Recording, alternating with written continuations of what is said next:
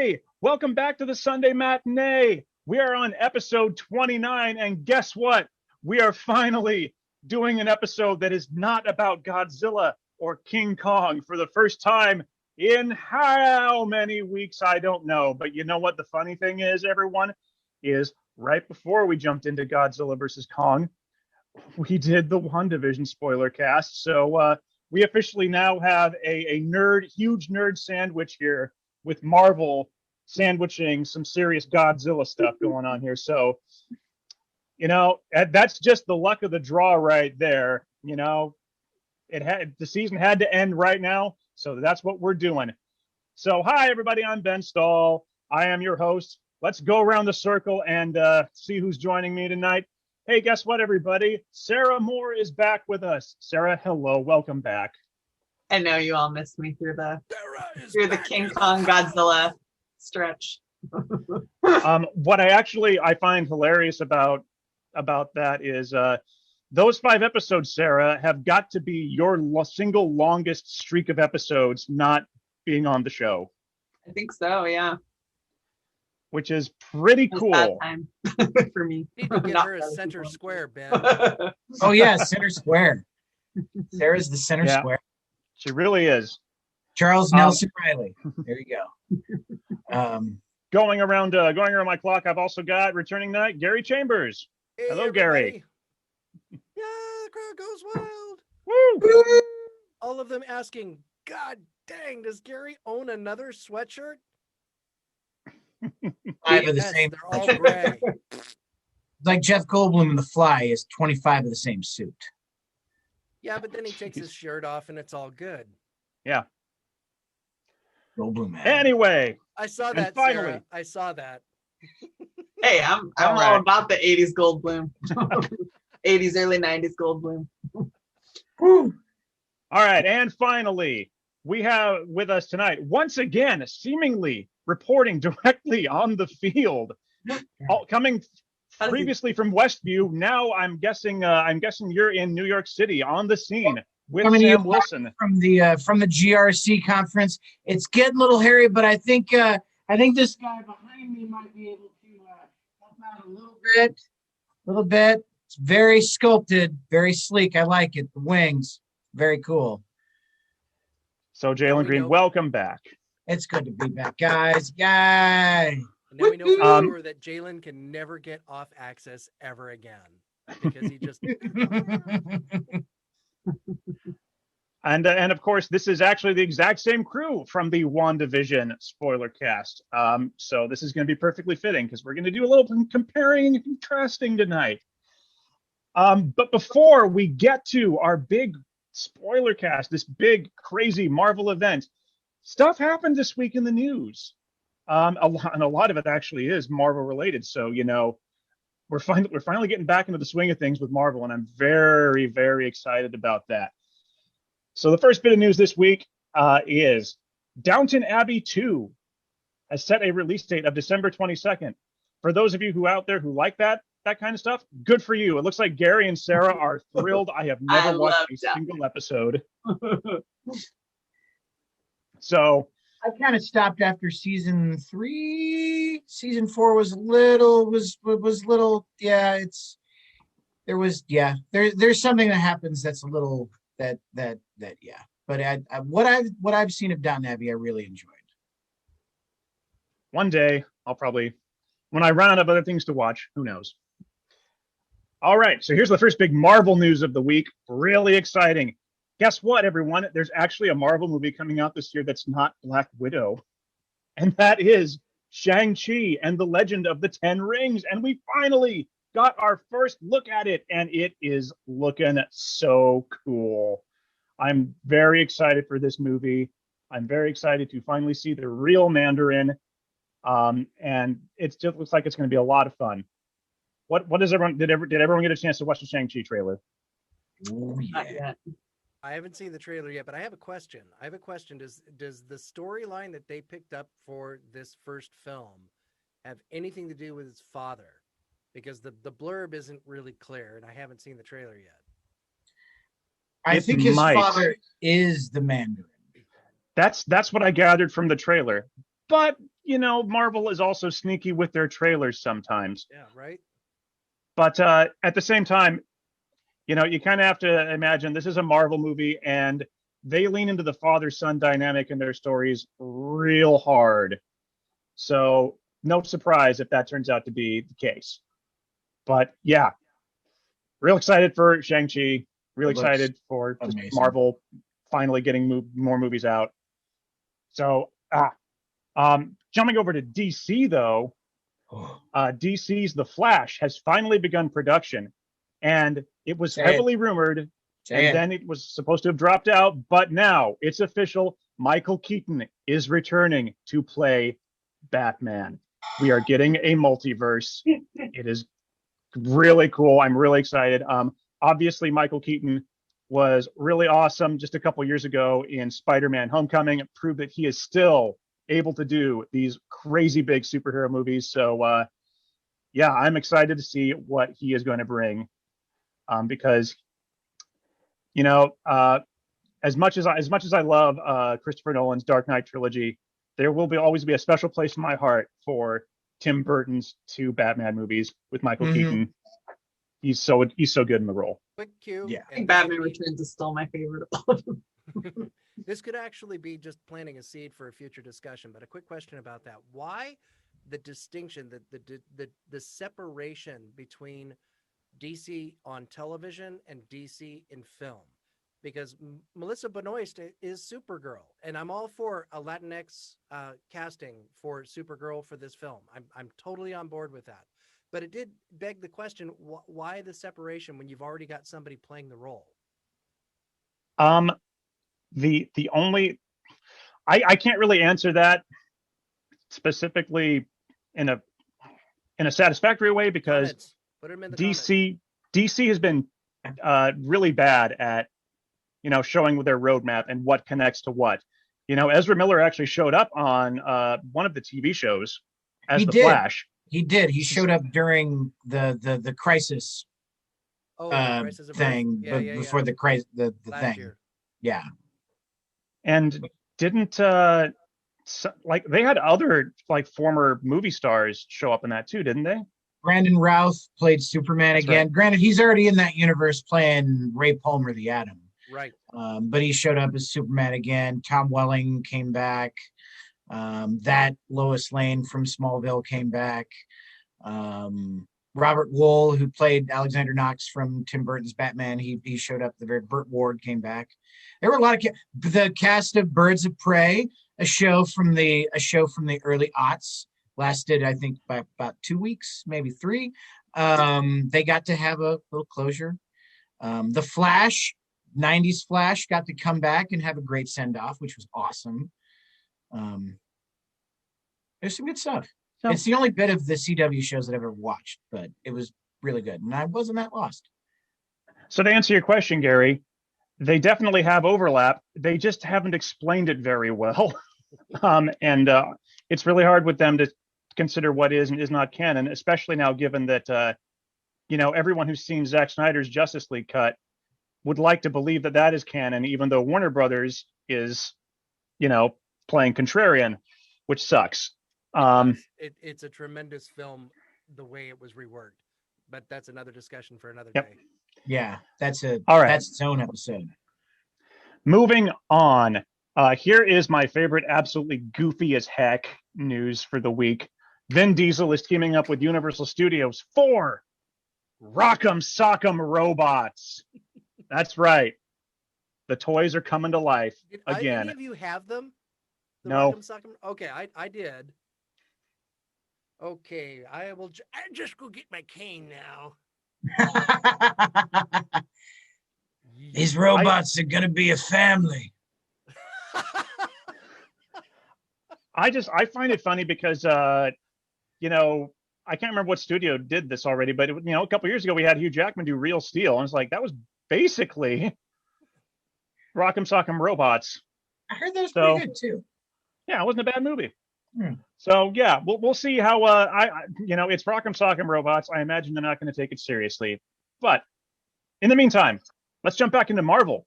Let's talk about Secret Invasion for a second, because Marvel is currently courting Olivia Colman and Emilia Clarke to join the cast of Secret Invasion. And Olivia Colman has been on fire for the past few years. And she's even said she wants to do a Marvel project. So that's great. It's always great when your ridiculously high caliber actors are enthusiastic about doing something like this. So she was amazing in The Father. Need to definitely, especially after yesterday, I really need to see that. Same. She's absolutely tremendous. Well, she's tremendous in everything that she's done, from Broadshirt on down the line. So I've been madly in love with her since Hot Fuzz. Yeah. Oh, yeah, that's right. Yep. The Cornetto trilogy, right? Yep. That was a good episode. That was a fun one. Oh, that's right. Talking about more goofy movies, for those of you who understand what I'm about to say, Knuckles is joining the cast of Sonic the Hedgehog 2. Anyone who ever played the Sonic the Hedgehog games back in the 90s should be very excited. Knuckles is one of their best characters. Fingers crossed that we don't get Tails, because that would just absolutely destroy that movie. So, for all you gamers out there, all you 90s kids who played Sonic the Hedgehog, this should be fun news. I still haven't seen the first one. I've heard it's quite fun, though. It is. Quite fun. Quite fun. So, here we go. We're just talking so much Marvel right now. Jeremy Renner has announced Hawkeye has wrapped production. So that should be launching by the end of the year. So I didn't actually put this in the itinerary, but I have a question. Do you think this will be the last time that we see Jeremy Renner's Hawkeye, considering that we're going to have Haley Steinfeld stepping in to play Kate Bishop?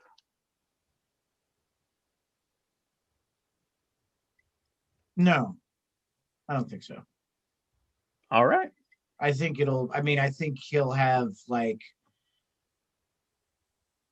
appearances like a certain actor in the first episode of Falcon and the Winter Soldier, for example. I think he'll have kind of maybe those kind of appearances.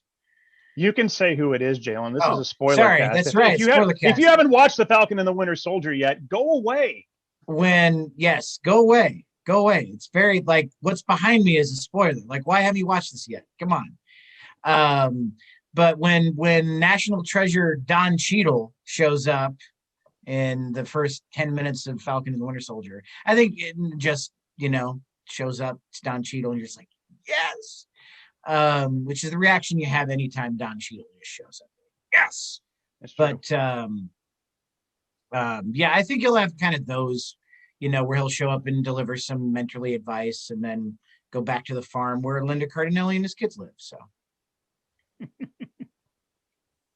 Cynic of the group, I'll just say the paychecks are too big. No, he's not done. Yeah. We've got two more Marvel bits before we bits in the news here. So first off, this is really cool. Disney and Sony have reached an agreement for streaming the Spider-Man films on Disney Plus. Finally. Which means that eventually, I'm not sure exactly when the Spider-Man movies will drop on Disney Plus. I know why they have a Netflix deal going on right now as well. But when that does happen, that means that we will finally have every MCU movie on Disney Plus, asterisk, except The Incredible Hulk. Because that deal they have with Universal that no one in the world understands is still in place. Now, are you not even Universal? The Eric Bana Incredible Hulk or the Edward Norton? No, the Ed Norton Incredible Hulk. The Edward Norton one. Yeah, because the Bana Incredible Hulk is not considered canon, correct? It is not. Okay. Yeah, only the Ed Norton film is considered canon. And I don't think anyone's really in a rush to get it on Disney Plus anyways, because I think that even though I wouldn't call it the worst film in the MCU, it's probably the least watched film in the MCU. Because if they're ever going to do a quick remake, I feel like, can they just remake that one with Mark Ruffalo? Yeah, right. Yeah, that I was one of those people back in the day who was like, Mark Ruffalo, are you kidding me? Oh. And then immediately was like, oh, okay, I was very wrong. Oh, I have always been a huge fan of Mark Ruffalo. I was super excited when they recast him. I'm just sad that he's never got a standalone movie. And probably never will. Yeah. unless Disney buys Universal here soon, or Universal just like, yeah, we'll take $1 billion. There you go. Here's $1 billion, and I'm sure and Disney do all- has a billion to spare. Yeah, they're gonna have a tougher time with Universal than they do with Sony. Universal still has a handful of successful franchises like the Fast and the Furious and Jurassic World that keep them in business. And I think they still distribute the Illumination animated film, so Yep. those Minions movies will be keeping them well funded for a long time. Um, Moving on, again, Marvel. We finally know who Russell Crowe is playing in Thor: Love and Thunder, and this could open up some interesting doors because he is playing Zeus, the king of the Greek gods, which means maybe not in this movie, but this definitely opens the door for Marvel's Hercules. And that honestly, I would be happy if we got to see Hercules and Thor team up in this movie because they're kind of a classic team up in the comic books. Yep. So make it happen, Marvel.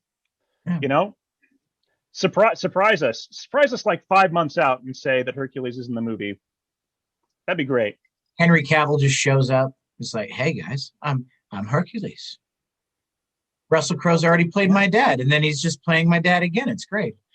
Only if he comes on screen and says, "Look, I'm an action figure." Look at this. I'm so tiny. And then we can see if Disney has a better budget and better special effects to remove any facial hair. Oh God! Oh, oh God, that was we so have awful. to be reminded of that debacle. Deep Yikes! bleed. Let's forget that version of Justice League exists. There's a better one. Finally, and I cannot pronounce the last name. It's Thomas, and it starts with a K, and I'm not going to attempt to butcher his name, but he played Captain Englehorn in the remake of King Kong. He was in one of the Resident Evil movies. He was Baron von Strucker in Age of Ultron. There you go. That's something that most people will probably recognize him from. He has joined the cast of Indiana Jones 5. All right. And last week, we reported that Mads Mikkelsen had also joined the cast. So the question is, which one is playing the villain? Both are good candidates. Maybe it is both of them. Who knows? Ooh. One of them has got to be playing the villain. These are two perfect villain character actors. So either way, this cast is looking good. Maybe Mads Mikkelsen will take over the Indiana Jones. Be fine with that. The dude's an underrated international treasure. I love him so much. Well, we just know that this Indiana Jones is an odd-numbered film, and the odd-numbered film seems to do very well. Valid. 1, Yep. Obviously. 3, much Crusade, much better than that which preceded it 4 years earlier. Julia. And 4, we don't talk about that. Then 5. Yeah, we really don't. We'll see. There was a fourth one? Ugh. Crystal Skull, dude.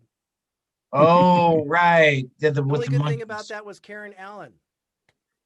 She was really She good. was And marvelous. Harrison Ford's reaction when he sees Karen Allen and he's like, Marion? And you're just like, where has this Harrison Ford been for 20 years? What is this? As You long as still can Harrison Ford act. can portray Indiana Jones and not Harrison Ford playing Harrison Ford, it should work. Did you see him on the Oscars? Yikes. Yeah. Joseph Laconic has spoken. There's some studio notes. He's turning into Tommy Lee Jones. He is. Yeah.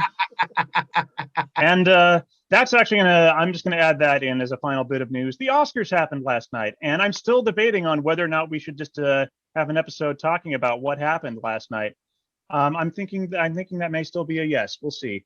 All I But can tell you is that Fonzie donned the skis again. well, that is it for the news, and we're going to move on to a segment that we came up with during the Godzilla versus Kong era. I'm going to ask everyone, have you been watching anything interesting in the last week? Anything new? Revisiting something fun? Anything that is not the Falcon and the Winter Soldier? Because obviously we'll be talking about that in a moment. Sarah, have you watched anything fun, interesting, or revisited something you love in the last week? No, not really. I mostly have kids cartoons on during the day, so I've all my time went to watching Winter Soldier. But I think I am gonna try to check out Netflix's Shadow and Bone because I read those books a while ago, so I'm kind of curious. Yeah. All right. Gary, how about you? I am ravaging the second season of Harley Quinn. Ooh. Loving that animated series so very much. Oh, No dude. spoilers, but it is awesome on top of awesome. It's perfection. That show is perfection. Haley Cuoco is just perfection in that role, isn't she? Yeah. God, I just can't imagine anybody else playing the animated version of that character. It's got equal parts gravitas, sensitivity, goofiness, everything that embodies that character.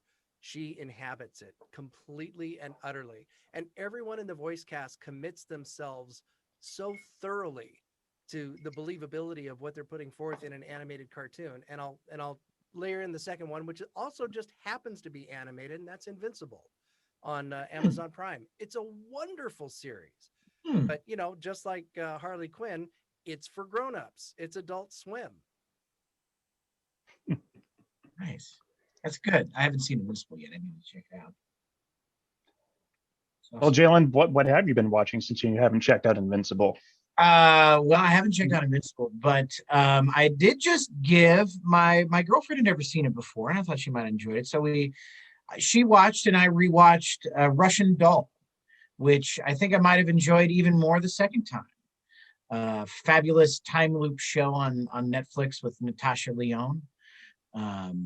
And I have also really been enjoying a lot of TV shows, not a lot of movies of late, but although I did enjoy Sound of Metal. I managed to watch 6 of the 8 Oscar nominees. Sound of Metal was great with the understated, well-deserved nomination for Paul Raci there. But I've really been enjoying the show For All Mankind on Apple TV Plus or Apple TV, whatever it's called. Phenomenal alternate history show about the Soviets landing on the moon first and how that changes the path that we go on. And I watched the first episode of Mighty Ducks Game Changers and thoroughly enjoyed it. It's awesome. Emilio is back and he sounds just like his dad. Just like his dad. Now, remember the Mighty Ducks movies back in the 90s, and then they just made direct-to-video sequel after sequel, and it just kept getting worse and worse. So it was one of those where I expected the worst and hoped for the best, and then the aggregate on Rotten Tomatoes is like in the upper 80s or something like that. It took me by surprise. So it's now on the list. Is that something on Disney Plus? I haven't heard of it. Yep. Yeah. Mighty Ducks Game remember the movies the first movies that came out in the 90s. In fact, I rewatched one of them right after my daughter was born when I was up all night with her. I binged like a bunch of movies, and that was one of the ones I watched. It held up well. It was good. Nice. Yeah, it's got Lauren, National Treasure Lauren Graham is in it. From Gilmore Girls. Yeah. Right? Okay. Yeah. Who was also in Zoe's Extraordinary Playlist, which is also another show that I'm watching. Oh, nice. I've heard I need to check that one out. I can't believe I'm actually watching a network series. It's like years since I have. And I know this was covered on a previous episode, but Godzilla vs. Kong was a lot of fun and is my favorite of that 4-film series. So much fun. But that was a few episodes ago, so I would go. But I enjoyed it. It was actually only one episode ago. Oh, well, one episode ago, but I still it was a whole lot of fun. Okay, Ben, how about you? I don't need to talk about Godzilla versus Kong anymore, but because we if you've been watching the past few episodes, you know what's going on with me there. What have I been watching? So, about 2 weeks ago, I got my second COVID shot, and was just like the next day I was just like boom, flat, sleeping, and just feeling terrible. But I watched a podcast that I really enjoy, and they also talked about stuff they've been watching, and someone talked about a British comedy competition series called Taskmaster. and it sounded right up my alley. And I put it on that night as I was starting to feel better. And I have not laughed so hard in so long.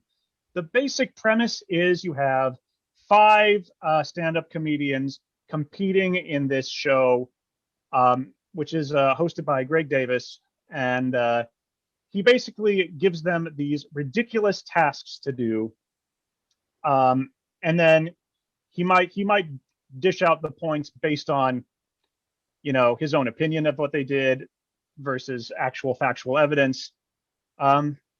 You know, and it's you know, that ridiculous British humor stuff, but like the tasks range from I actually just literally watched one before we started recording. So like one of the tasks on the last episode I watched was all the contestants have to on the whistle start running and making a continuous noise for as long as they could.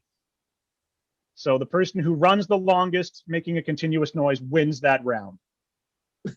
So, and it's just stupid stuff like that. Oh, well, like there was a one where they had this big pile of grains of rice, and they had to get all the grains of rice into another room in a jar, but they could only transport them using objects that were in a grocery basket next to them. And these objects included stuff like a jar of honey, I think it was a mango, so I think it may have been chopsticks or drumsticks, but they're also not allowed to go to the room and bring the jar in. So, and they can't touch the rice with their own hands. They have to use the implements that they're given. So, and the fastest person to do it wins. So I can't hear you, Gary. Where can a person find this series? This series is actually just on YouTube. It is the British version. I think they tried to do it in the US, as is often the case. But the British version is 11 series long. I think you can watch at least up through series 8 on YouTube. And I'm sure you can find other illicit ways of watching the rest. So that's what I've been doing. Also last week, you probably all may have seen, I know Gary saw it, I posted a question to the Facebook world. I was just curious. I wanted to know what everyone's favorite Roger Moore James Bond film was, because Roger Moore is kind of a divisive 007, you know, not as universally loved as Daniel Craig or Sean Connery, but he's got some good films. And I was not surprised when the majority answer turned out to be The Spy Who Loved Me. It is generally regarded as his best film. I know Gary picked Live and Let Die, which I think is a solid choice. My favorite is For Your Eyes Only, but I felt like watching a fun movie, and frankly, The Spy Who Loved Me is, between the two of those films, the more fun. So I sat down and watched that on Saturday night. Had a jolly good time. I love the opening ski chase in that film. Such a great stunt. So yeah, that's what I've been watching. And Gary, I have a recommendation for you based on your glowing review of Harley Quinn. I've been using as background noise when I pop in a video game. I'll pop on an old Adult Swim show called The Venture Brothers, which is sort of a parody of Johnny Quest, but it also absolutely takes from all sorts of nerd culture. You'll see Marvel, DC stuff referenced in there, but really it's sort of making fun of those boy adventure television shows, and it has that same type of just adult humor that occasionally just like gets you thinking, and it's like, and is often very disturbing. Right up my alley. Yeah, and that is the entire series, which unfortunately was canceled after season 7. The entire series is on Hulu, and you know, I won't spoil anything, but damn it, it ends on a cliffhanger. Such a cliffhanger, which is such a shame. And I hope they get to complete the series. So hey, look, if they can make a film for Firefly, they can do the same thing for the Venture Brothers. Here's hoping. So that's what I've been watching. That's what we've been watching. I hope all of you out there have found something interesting and new to watch based on our glowing recommendations. But hey, guess what? It's time to actually get into the main story. Jalen, You appear to have something to say. Real quick, I just wanted to. I have a soft spot for the man with the golden gun. I have a real soft spot for the man with the golden gun. Talking about Roger Moore films, and actually Spectre, which is a Daniel Craig one, but reminded me of a Roger Moore one in all the best ways. I really enjoyed Spectre. Not a lot of people did, but I really enjoyed Spectre. But for Roger Moore, I have a soft spot for Man with the Golden Gun. I would say that Spectre is a fine film. It just had the absolute misfortune of following Skyfall, which is one of the best Bond films of all time. Yeah. And Jalen, here's my honest review of The Man with the Golden Gun. It's terrible, but I love it, and it has Christopher Lee, and that's enough. And sometimes it's all you need, but it's wacky, it's out there, but I have a soft spot. Yep. My dad's favorite ones is Man with the Golden Gun. Oh, man, I won't spoil it for the audience out there, but I'll just say that they ruined a perfectly good stunt in The Man with the Golden Gun with a kazoo, and that's all I'll say about that. All right, so here we go. We're finally going to talk about the big one here. So the Falcon and the Winter Soldier, the season finale just aired 3 nights ago. So ain't that great? Before we really get into it, let's just say the biggest thing that came out of this. Hey, everybody, Sam Wilson is Captain America. No. Whoa. Like, we basically got that at the end of Endgame, but now it's real. It is so real. And it's a very exciting because I actually have one last piece of news, but we're going to talk about it as we get close to the end of this episode because Marvel made a big announcement on the same night that this episode aired. That's the finale aired. So, Falcon and the Winter Soldier. We're going to start with Jalen, who actually has the best background for this episode tonight. Jalen, what did you think of this series? Well, it's definitely more what you would expect from a Marvel TV show. Or at least more what it's not as out there as WandaVision.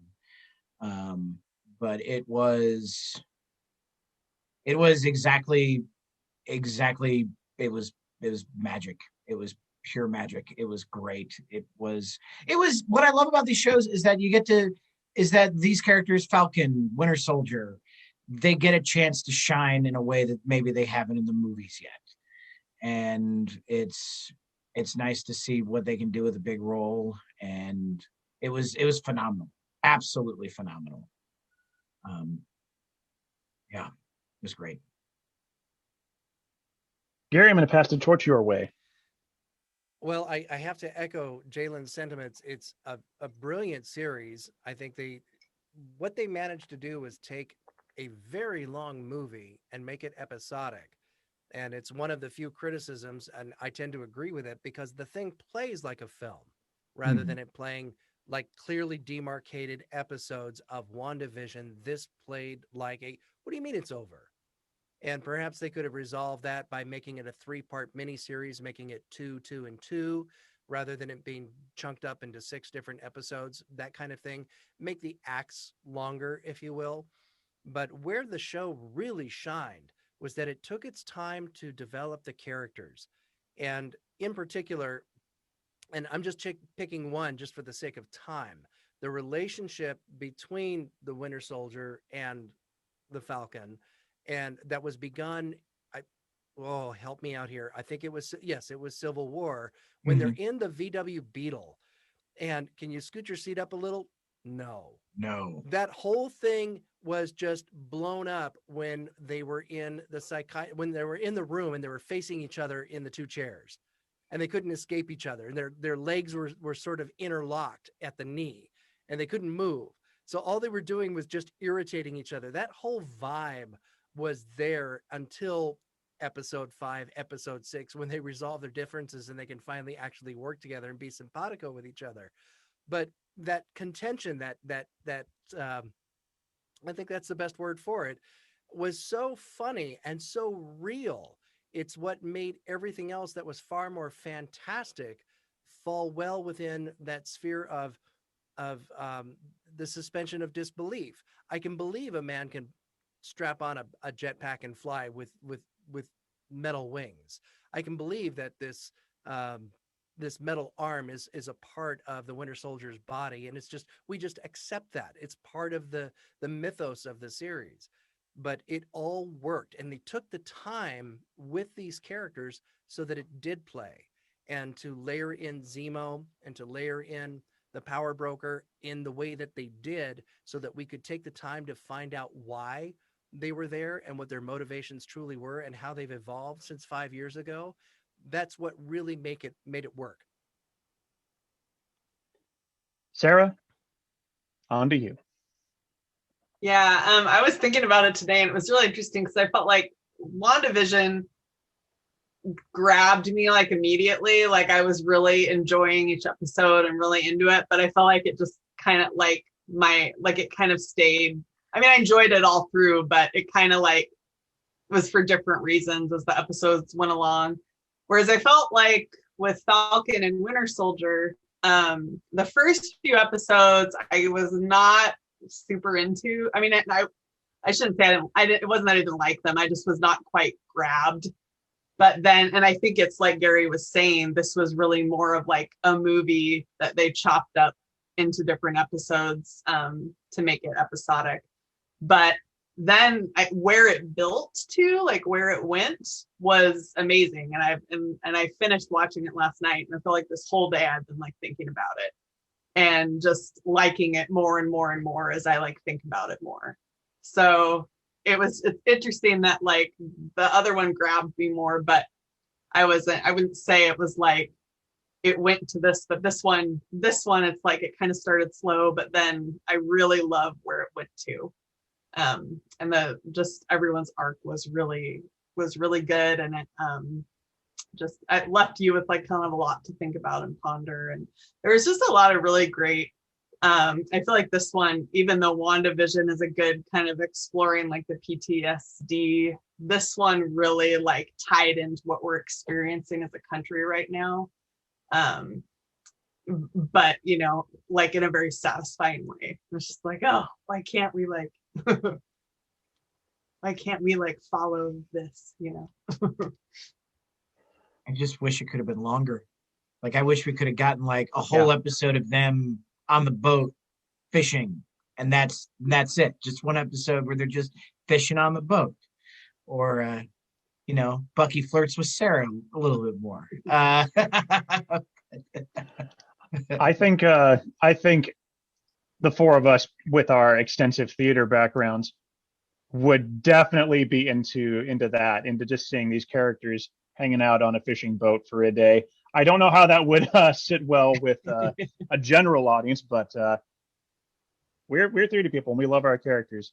And Sarah, I think that's an interesting take, because from what I gathered from what I saw reactions, most people I know or would read about actually had the opposite reaction. They didn't get hooked into WandaVision until, you know, that big twist at the end of the third episode. Whereas a lot of people I know were like, they were immediately hooked on Falcon and Winter Soldier. And I think as far as like the Rotten Tomatoes aggregates go, they actually, I think it had a stronger opening, and then it kind of dipped a little bit and then picked up again as it got towards the end. I think a lot of critics were a little bit more critical of those middle episodes.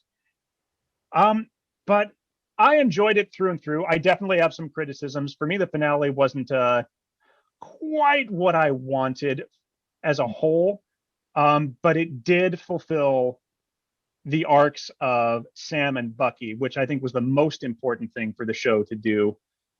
But yeah, it got me hooked right away with a fantastic opening action sequence. Bringing back Batroc was a great callback to the Winter Soldier. Sure. And this was also just a series where they, with a lot of great callbacks in general with Zemo. congratulations to every villain who's lived in the Marvel Cinematic Universe. You actually got to come back in this series, most of you anyway. That's true. That's true. So, yeah, if you live, not it's a rare thing to see an MCU villain show up again, even if they've lived, and not just returning it for a gag like Sam Rockwell did in the what was it, the All Hail the King? Oh, and the short. the end of the Yeah. So, although Loki's returned a lot, so. Well, Loki has returned. Loki also hasn't been a villain the whole time. Oh shoot, I just lost my train of thought. Booga.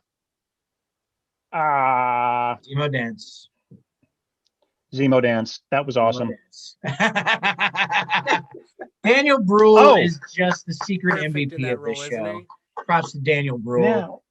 It was nice to see his lighter side. I mean, the guy's got Mhm. a sense of humor, and he clearly has the gravitas, which we saw 5 years ago. But for him to emerge from that role and to see him play the dandy as he was, it was fabulous. It's like, oh, okay, now we're seeing him in his natural element, and he's got more to him than just this dour look always on his face. I remember what I was going to say. So, I remember going into this thinking, okay, so WandaVision was this big, weird experience that was all about exploring PTSD. And the sort of general vibe that I got from the trailers for this was that this was going to be pretty standard Marvel fare. It wasn't necessarily going to be taking too many deep dives. And right away in that first episode, we get to see Bucky with his psychiatrist.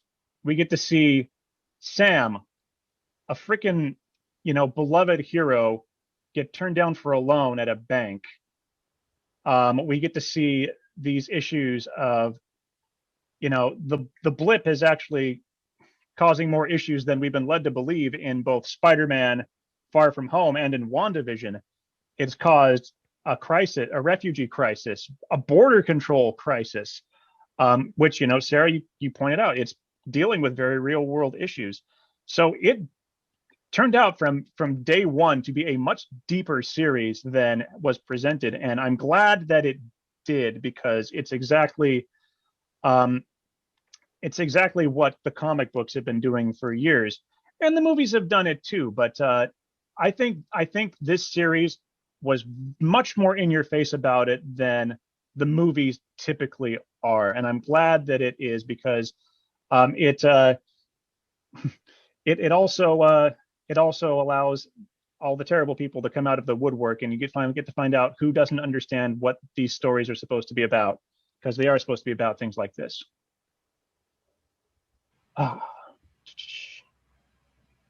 And they're not selling the boat. They're going to keep the boat, guys. They're keeping the boat. They're keeping the boat. I'm going to talk a bit for a second about what I thought didn't work. And I really only had one. Well, I had two, but one of them nitpicky. But overall, I got to say, and I rewatched the first 5 episodes before the finale. And especially after rewatching, the Flag Smashers just don't land well. They could have used a little bit more development, in my opinion. This show did a lot. It had a lot of moving parts going with it. It had Zemo, it had the Flag Smashers. You have the backstory with Isaiah Bradley. Oh. You've got John Walker in there. This show had and by the end of it, honestly, it was basically everyone who isn't Bucky and Sam is a villain. Even Sharon. And my problem with the Flag Smashers was, especially on a rewatch, they're clearly trying to encapsulate that idea of groups who are fighting for the right thing in the world. But going back and watching it, their methods are just, I could never empathize with them. They blow up buildings.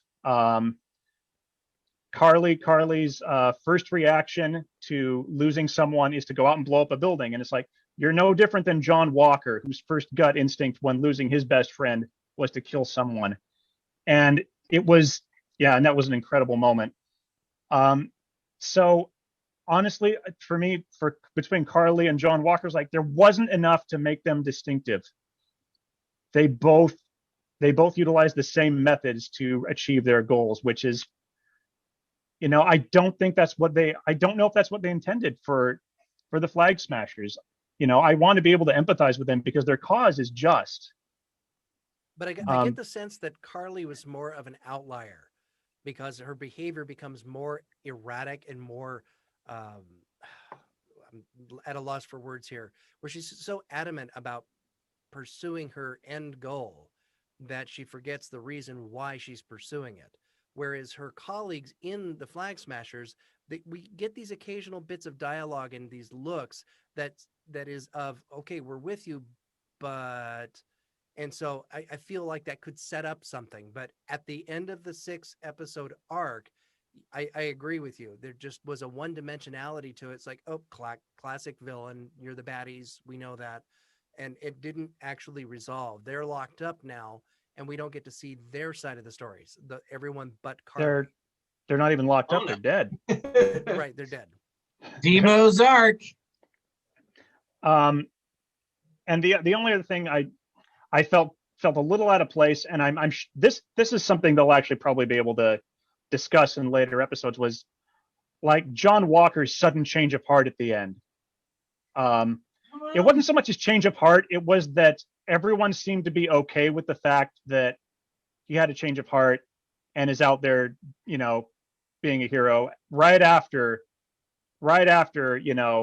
he was told, you can't do this. And there was no, the government didn't step in. And I realize he's got help now from Valentina Allegra de Fontaine, call her Val, but don't. I just felt like there was no repercussions for him showing up again at the end. It was just weird to me. Does he become a puppet now for Julia Louis-Dreyfus? That's that's the question. I didn't feel like he'd been accepted back. I think he more had like her backing to do something different. I didn't get the sense that he'd been accepted back by the government or anything. But I was just gonna add with I hear your point about like the Flag Smashers and John Walker, and I kind of felt like the reason that they were, I felt like the reason they were maybe hard to empathize with, or maybe they kind of pushed them being too extreme, as I felt like it was kind of maybe a juxtaposition with Sam's journey, and where like he was equally frustrated with his place in life, and the place of like what Black people are having to deal with, what his family's having to deal with. They can't get a loan to like help their business. Like they all had these fair frustrations and things they were really frustrated with in the world. But whereas Carly went on this totally crazy path of violence to try to solve the problem she didn't agree with. And then John Walker was trying to do the right thing, but then he lost himself and, killed a guy. Sam actually like took a risk and had some faith and decided, even though I don't agree with everything Captain America stands for, I think I can make it better. So I feel like it was trying to like show the three of them side by side, and like, you can go the crazy terrorist extremist path, you can go the like, okay, I'm going to do everything this way, but then I'm going to like lose it. Or you can kind of like, maybe I have to like not do it the exact way I planned, or maybe I have to kind of like accept something that's not 100% what I agree with, but this is how I'm going to solve the problem. I love the fact that they gave John Walker a redemption arc, that they allowed. I mean, you might say whether or not he was redeemed at the end, but there was that chance of redemption. He didn't turn into Homelander after episode 4, which is what I was really afraid of. I'm like, did I just see Homelander's origin story here? Character from The Boys. I don't know if you guys watched this great show, but and I mean, who's to say how we would react if we were John Walker in that scenario? But it was nice that they did give him some sort of redemption at the end, I thought, and it was a magnificent character from start to finish. It was nice that that one incident didn't make him lose himself. I feel like, Carly must have had some incident that made her just lose herself and go off the deep end. He had that incident, but he didn't go off the deep end. When given a choice, he ended up being helpful. Yeah. So it was like, I'm not going to be that person that's going to go off the deep end now. I'm going to try to redeem myself. Like, we can make a mistake and we can learn from it and try to redeem ourselves. So. Oof. It's a rare moment, but I have to disagree. I don't think he deserved a redemption arc. For me, he just embodied one of the scariest moments in the entire MCU. Was just him, through his teeth saying, "I am Captain America," was literally one of the most horrifying villain moments in the entire MCU. And, this is after we've had Loki and Thanos. John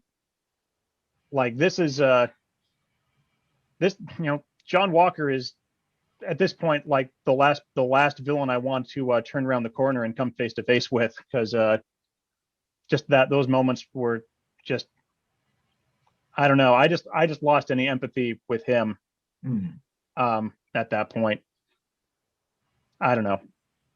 Could just be me. I don't know. No, I don't think so, because when he killed the Flag Smasher super soldier, as a revenge killing, then I'm right there with you. I lost all empathy for that character. And to be clear, I hated the character, not the actor. Thank you. Of this brouhaha that is, and hate mail that is circulating, I think is absolute rubbish. I agree. Absolutely. Another sidebar conversation for that later if you'd like. But the character was played brilliantly. That we have this debate: did he have a redemption arc or didn't he? Is he now a puppet for the government because of what he did? Because he was not dishonorably discharged and not honorably discharged. How did they refer to it in the dialogue? Not honorably discharged. But in a way, that's pseudo redemption, because he still can get out. He's still free, but it allows him to be a puppet for someone else. And we now have a setup for what that is. And whether that appears in the upcoming film or if they create a season 2, we don't know yet, but it sets the stage for something that we don't know yet. And so I'm okay in the end not having any empathy for the character, because we still got more story to tell. Mm-hmm. Yep. And again, that's why I'm not quite as nitpicky about his redemption as I am about the Flag Smashers, because the Flag Smashers clearly are probably not going to be utilized again. Whereas John Walker may have a Loki-like arc coming up where, maybe a few series or films down the road, we do start to empathize with him and he becomes that sort of anti-hero, but we don't know yet.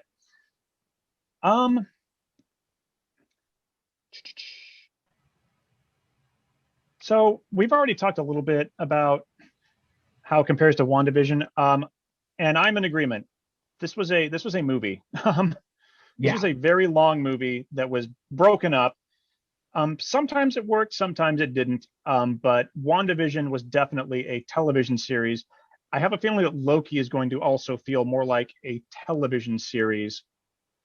I have a feeling that Hawkeye may fall into this same category, and I have a feeling that it has more to do with the tone of the series and how much closer it feels to typical MCU material than the more offbeat, weird stuff that we're getting with WandaVision and we're gonna get with Loki, because they're experimenting, and with experimentation, you can try new things. With this, which felt again very much like the Russo, it felt like a Russo brothers Captain America film.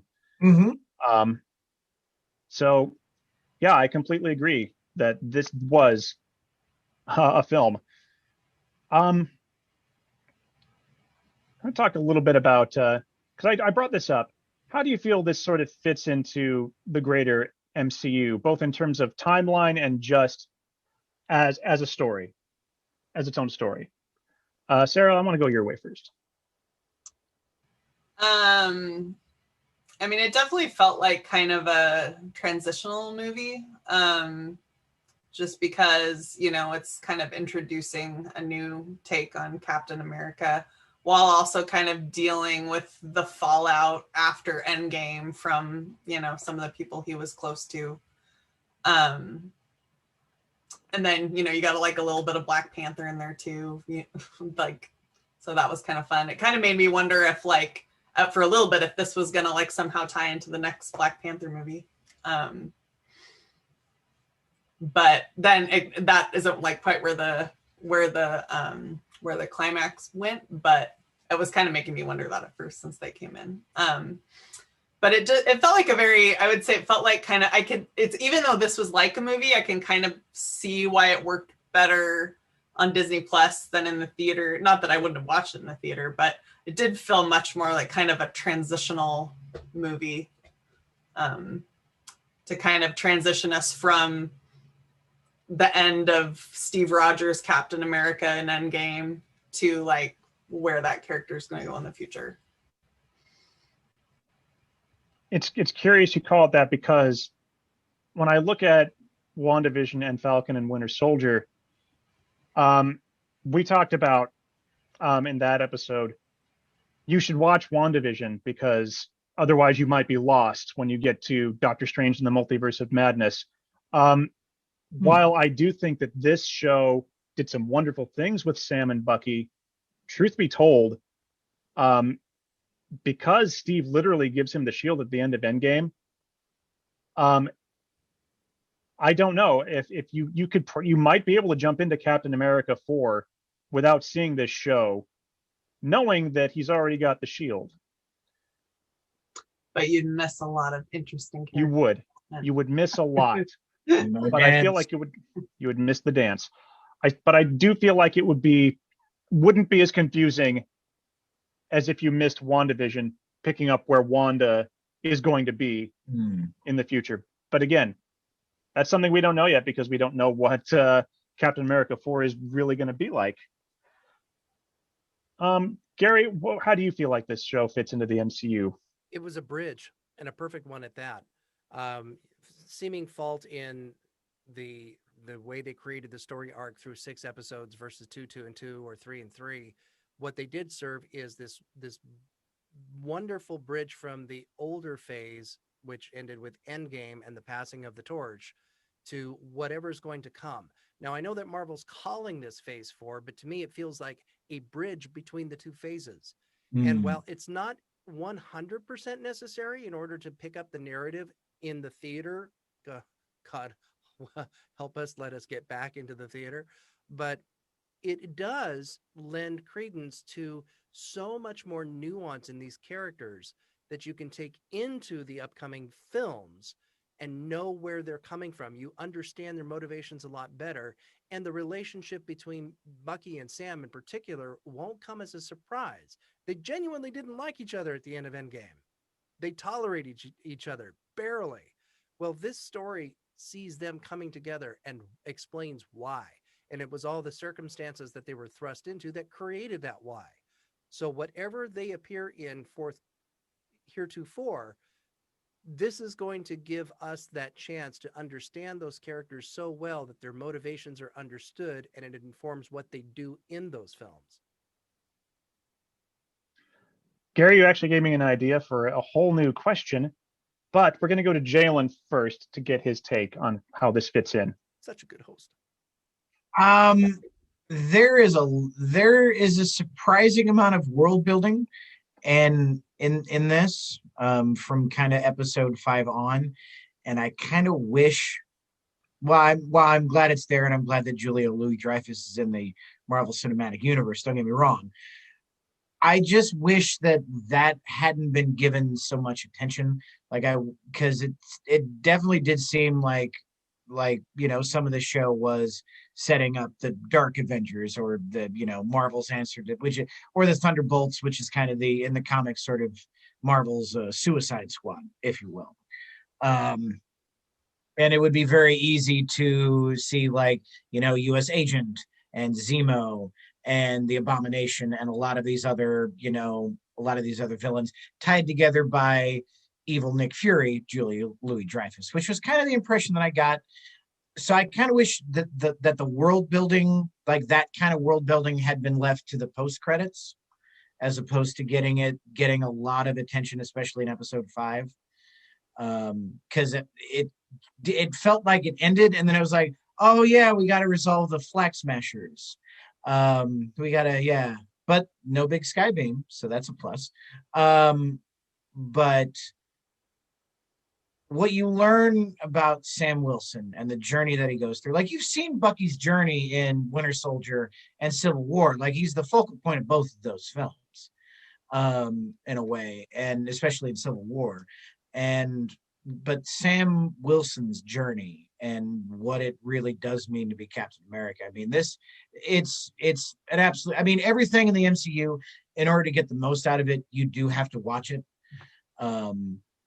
But this, especially just for what the journey that Sam Wilson goes on, it's an absolute must watch. And I really want an Isaiah Bradley TV show. That would actually be really cool to get that. And you know what? They could do it. They could easily do it. Who knows? Maybe they've been keeping it a secret.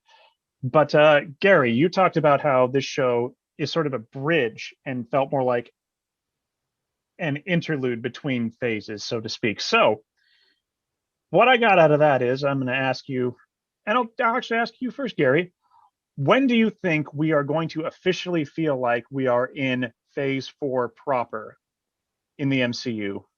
I have previously gone on record and say that Black Widow isn't it. Quite frankly, I think it's going to be the forthcoming film that acts as a sequel to this series.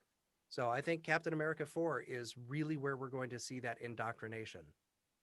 I know that's still down the road, but everything else is introducing all new characters. And if we don't have a bridge to the past, then the phase 4 stands alone. It's not part of the MCU until we layer in the past. That's my opinion only now, and your mileage may vary. This will change most likely as things start coming out. So it's a very difficult question to answer, but that's my sense right now. And I couldn't have answered that question at all just 2 days ago. Sarah, when do you think we're going to, if you don't already feel like we're in phase 4 proper, if you also, and you've talked about this sort of being a bridge as well, when do you feel like we're going to be in phase 4 really? I don't know. I don't know that I believe there's going to be a specific movie that's suddenly going to feel like phase 4. What I kind of like about what they're doing with these TV series is that, it's like, instead of like you have Endgame where everything ends and then all the characters you've learned to love over all these movies just kind of go away, and you get a bunch of, I feel like it's going to be, I like that they're continuing a lot of them and kind of doing this gradual, like, building of new relationships, building of new character arcs. So in that sense, I feel like I don't know that it's going to be one specific movie that's suddenly going to feel like phase 4. I mean, maybe that will happen. Maybe a movie will come out and we'll just be like, oh my God, that felt like the beginning of phase 4. But I feel like it might be something that happens really gradual. Jalen, what do you think?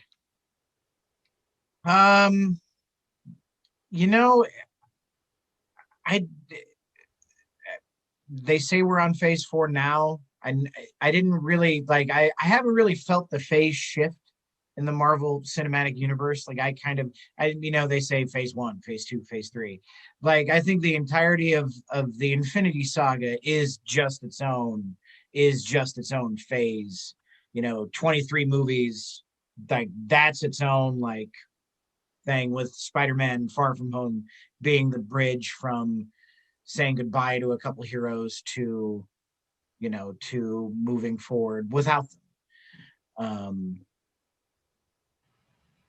So it's hard to pick up on the shift. I would definitely not. I would agree with Gary and say it's definitely not Black Widow, because that, I think it's a flashback film set during Civil War. Maybe not. Could be wrong. We'll find out in July. But if I was gonna say what would seem to me like Phase 4, like a brand new thing, then give me Blade, or give me a Fox property that somebody else is. Give me something that somebody else has done that the MCU hasn't done before.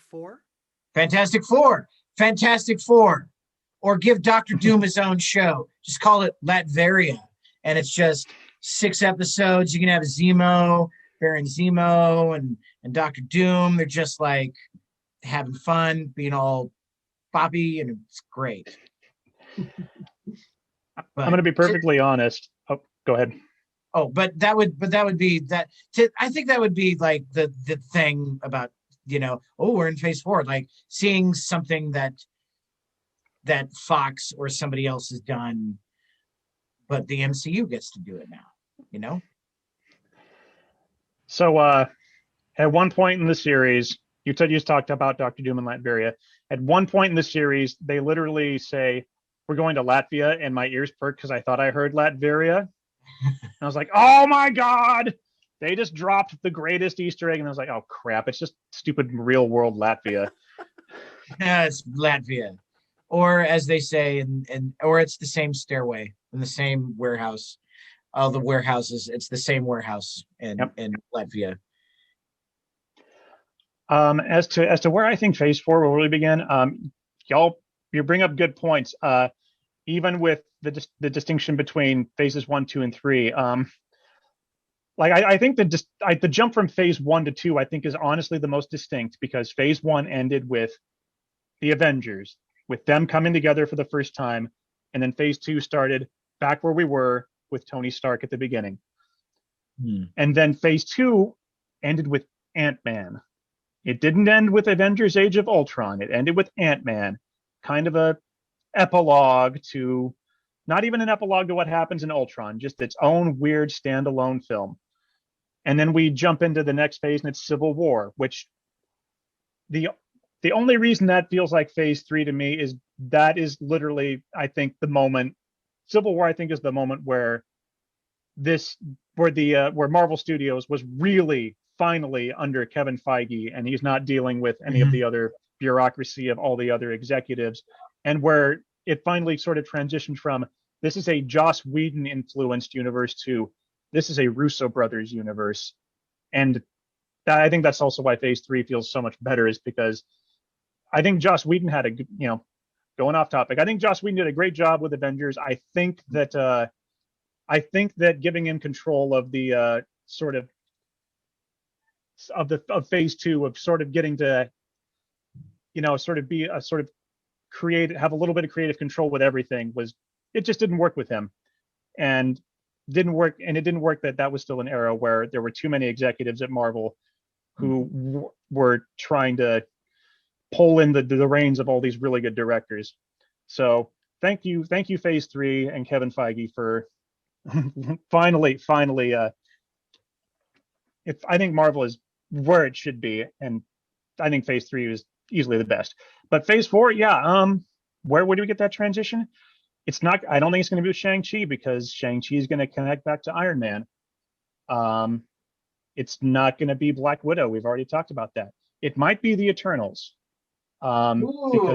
because that is going to be a film that is supposed to span, thousands, if not millions, of years. It might be Doctor Strange in the Multiverse of Madness, because that will be the movie that properly introduces the multiverse, which is supposed to be the next big thing. And I don't even think it's going to be Spider-Man No Way Home, because even though that's definitely got a multiverse vibe to it, the Spider-Man films have yet to feel like they encompass a greater part of MCU storytelling. They do a very good job of telling Peter's story in those films, but they don't feel like they connect as strongly to the MCU as a whole. So I think it's going to be either the Eternals or the Multiverse of Madness. I think that's our best shot. But also, it could be Fantastic Four. It could be the X-Men when they finally do that, or Blade, or something they haven't done yet. Like, God, I hope we don't have to wait for it to feel like Phase 4 with Moon Knight next year, late next year. Moon Knight, yeah, I forgot about Moon Knight. Yeah. Or it could be Secret Invasion. That might be the one. That could be. But I think you're right. If it happens this year, it'll be the Eternals, I think. We've talked a little bit about the real world social issues that this show has talked about. Let's talk about Sam Wilson and a Black Captain America, because that is a very important part of the series.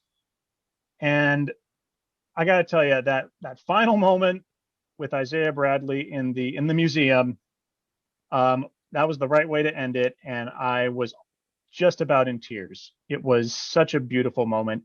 And who suggested that we get an Isaiah Bradley show? Because you're Jalen. Yep.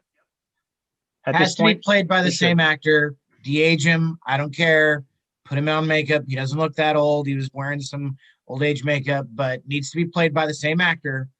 Give me that Isaiah Bradley show. 3 episodes. Says even Chris Evans could guest star in an episode.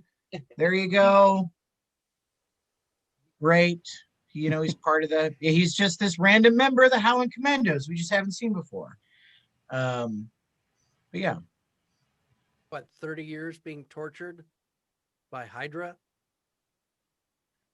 I don't remember it was that many years being tortured by Hydra. He's tortured by the U.S. government, right? In prison. He's tortured by us. Oh, now I have to look it up. Yeah. Bucky was tortured by Hydra. While you're looking that up, Gary, I'll give a little bit of recent, very interesting history with Sam Wilson as Captain America in the comic books, because it was only a few years ago that Marvel gave Sam Wilson the main Captain America storyline, and boy, did the racists come out of the woodwork on that one and really give Marvel hell about it. And Marvel came back with Marvel Comics came back with the best response ever. And that was they retconned Steve Rogers so that he was secretly a Hydra agent all along. And it's like, oh my gosh. Oh, blonde hair, blue-eyed Steve Rogers was a Nazi the whole time. And then, of course, by the end of that run, it was revealed that he never really was a Hydra agent. It was something to do with the Mind Stone. But that was an actual response to the backlash against Sam Wilson being Captain America. And I don't feel like there's been that kind of backlash with this show or with the end of Endgame that I'm aware of, which is good because, Anthony Mackie has been doing this now for 7 years, and it's high time that he was put front and center, because I remember when it was announced he was going to be playing the Falcon, and I was absolutely ecstatic because I remember watching the first time I remember seeing Anthony Mackie was in the Hurt Locker. I was like, this guy's good. 10 years ago, 12 years ago? Yeah. 2009. Falcon and Hawkeye teaming up. Mm-hmm. Yeah. Yeah. Teaming up. And the only other movie I'd seen between that and Winter Soldier was The Adjustment Bureau. And that wasn't the best movie, but he was just a delightful character in that. So when I heard that he was going to be Falcon, I was like, it's the guy from the Hurt Locker. He's good. Yeah, do it. Gary, I might have mentioned this before you joined, but I was very, very fortunate. In 2003, I actually saw Anthony Mackie on Broadway. He was in a production of Ma Rainey's Black Bottom with Whoopi Goldberg and Charles S. Dutton and Stephen McKinley Henderson and Pete, the shop owner from Muppets Take Manhattan. But Anthony Mackie was Ma Rainey's nephew. Have you seen? I don't know if you've seen the movie starring. Oh Bucky. yeah. August Wilson, the way it should be portrayed on the stage is. Yeah, And the but he was film was wonderful. He was phenomenal. I didn't know that it was Anthony Mackie until just recently when I was like looking through the program. I was like, holy crap, that was, oh my god! I saw Falcon on Broadway and didn't even know it. I mean, I don't think he had done a lot before, but he was incredible. So I got an answer for you. He was indeed experimented on by the U.S. government and Hydra. Oh. So the nerds out there that are screaming at their screens, they be satisfied. Yes, he was experimented on by Hydra. And Carl Lumbly played that role. Yeah, Martian Manhunter. Yeah, right there with you. Yeah, he's one of those that always makes me happy. One of those character actors that I always smile. I'm like, yeah, he's in this. Awesome. He was also just in Dr. Sleep, the phenomenal Dr. Sleep. I just had to remind myself where I found him familiar, and it was because he was on for 8 years on Cagney and Lacey. Yeah. Back in the 80s when I watched it, and you guys were in grade school. And he's one of Buckaroo Banzai's cohorts as well. Yep. Calling back to Jeff Goldblum in the 80s, right, Sarah? Yep. Buckaroo Banzai. That's great. And anyone out there who is curious, there actually is a collection. The Isaiah Bradley storyline is collected in Captain America Red, White, and Black. So if you want to know more about Isaiah Bradley, that's one. I'm going to probably pick that up at some point, but that's the one to pick up. Oh. Sarah, you talked about how this series reflects our real world social issues. So let's dive into that. Let's talk about, for a second, refugees, border control, and returning life to normal. Because normalcy is something that recently. Yeah. Yeah. Normalcy. What is normalcy? Should we be getting back to it? Obviously, I think Sam Wilson comes up with the best solution, is that you can't just return back to a sense of normalcy after what has happened. You do have to adjust your expectations and your tactics in order to benefit everyone. Because words for all of us right now. Yeah. There's no post-COVID normalcy. No, there's not. No.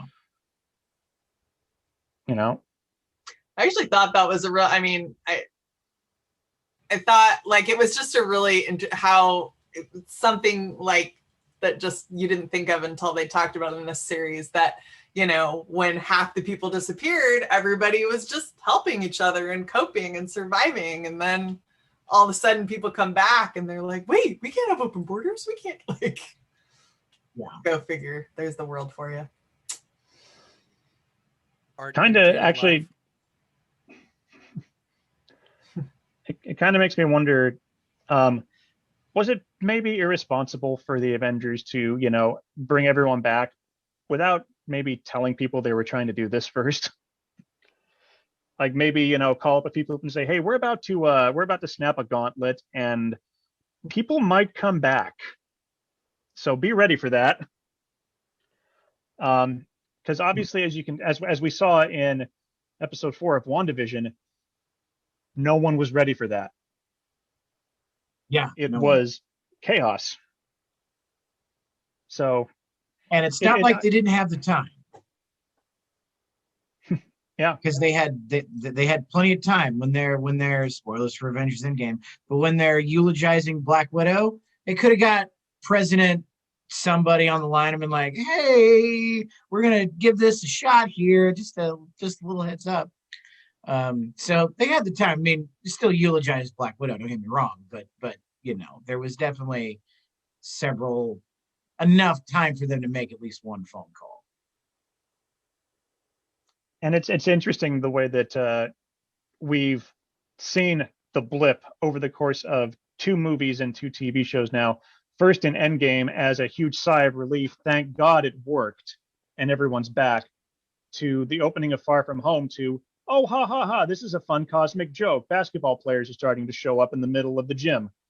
To WandaVision, again, the chaos of, holy crap, all these patients who may have been sitting on operating tables and whatnot all over this hospital are suddenly reappearing, to, the ultimate fallout of it being finally presented here in this film, which, honestly makes me ask, does Spider-Man Far From Home take place after this? Because by Spider-Man Far From Home, you've got a bunch of high school kids just going on a European vacation, and there doesn't seem to be any problem with border control and all that stuff. Everyone seems to be living that sort of normal life. Good point. Gary, you look like you're looking up a timeline. Yeah, you darn right I am. It's be very curious. I don't know if Marvel has released an official timeline for, the current phase we're at. They've been very good at doing it in previous phases when we had a ton of overlap with different movies and shows and whatnot. So yeah, it's very curious. Because there was enough time that's passed between Avengers Endgame and Spider-Man Far From Home for Tony Stark to die, all of us to eulogize Tony Stark, and then for them to make a documentary about the life of Tony Stark. Now, granted, they could have thrown that together in a few weeks, don't get me wrong, but it's an option you can watch on the plane. It looked like it was like HBO Vice quality right there or something like that. Oh, you're talking about the actual documentary. I thought you were talking about the one that the high schoolers do at the beginning of the movie. Oh, which looks like it could have been done in an hour. But but there was one I loved. That was, oh God, that was awesome. But when they're on the plane and Far From Home, there's like a Tony. I think there's a Steve Rogers documentary too, as well, on that, or like Our Fallen Heroes. Is Steve Rogers dead? That's a Is good old question. man Rogers dead? Let's go to Gary real quick here.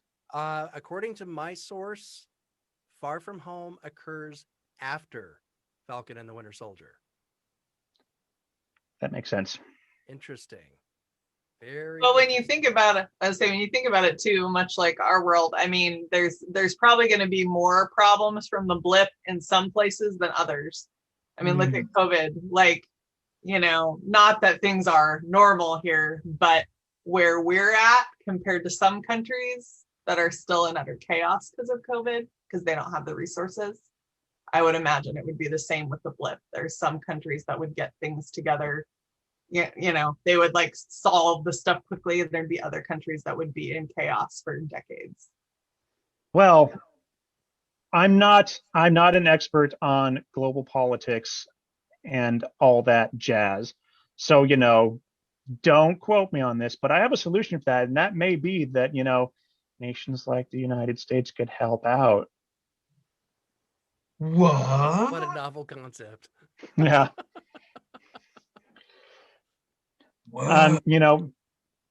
I see posts on Facebook constantly about vaccination sites that have hundreds of openings, and it's just like, well, what are we going to do with all these vaccines if they expire? Maybe we should start shipping them off to places that need them more. India. If we're not using them. So prison.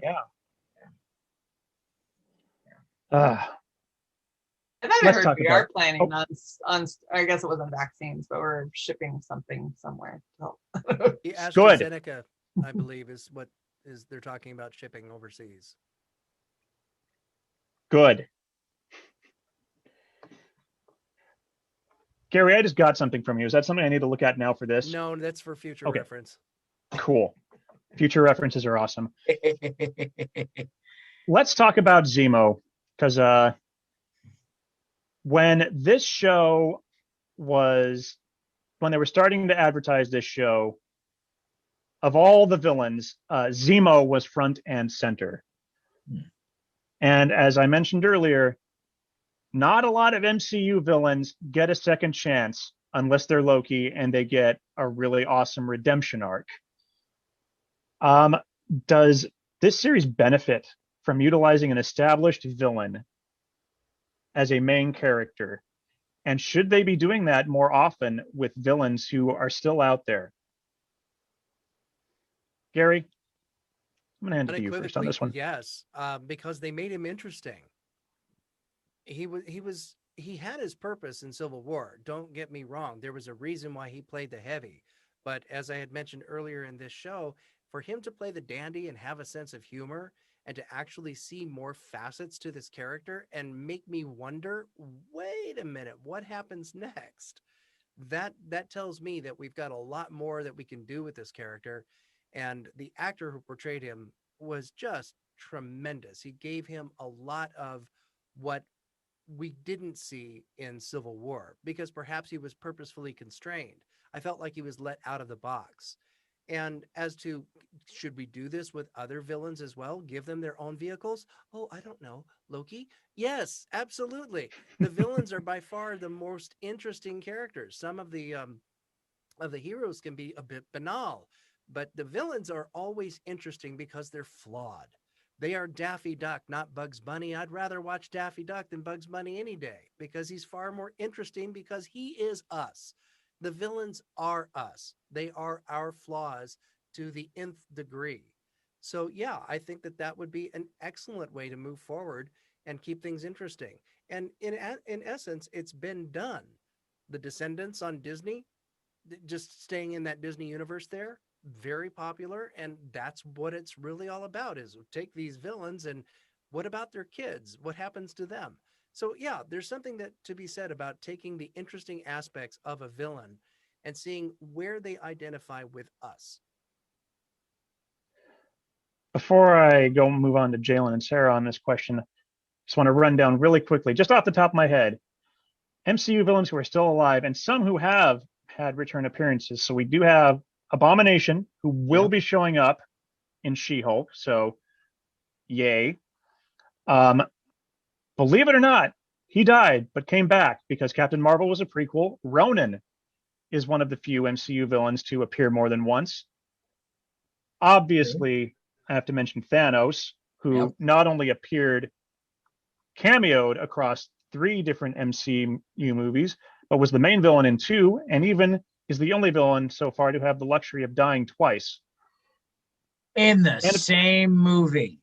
Yeah.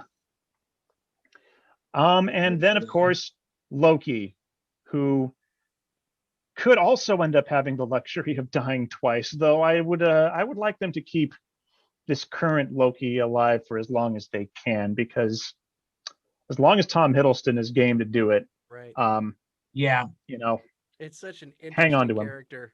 Yeah. And he does so much with it. Technically, Black Widow was a villain in Iron Man 2 and then came back as a hero. Was she though? Was she? I thought she was a SHIELD agent. Yeah. I mean, I think the movie might explore more of her, but I thought it seemed like she was a SHIELD agent in that. But I guess I need to rewatch Iron Man 2. Thanks, Sarah. Oh boy, yay! I need to watch Iron Man 2. In the MCU is Iron Man 2, right? So good. Let's party with Tony. Yeah. While you're at it, Jalen, my beard. While you're at it, Jalen, I'll add on a challenge mode for you there. Watch Iron Man 2, Incredible Hulk, and Thor: The Dark World. Have a wonderful, fun night. Ooh. Hours of fun. I'm bringing the good scotch to that one. Oh man. I want my bird. I want my bird. Because I actually like Thor: The Dark World. Thor: The Dark World's a lot of fun. Like it's a lot of fun. It's not. It's got some weird like humor. Thor. I did too. At first, I thought going back and watching the first Thor, it was like a little ridiculous. I joke. Ragnarok is the fun Thor.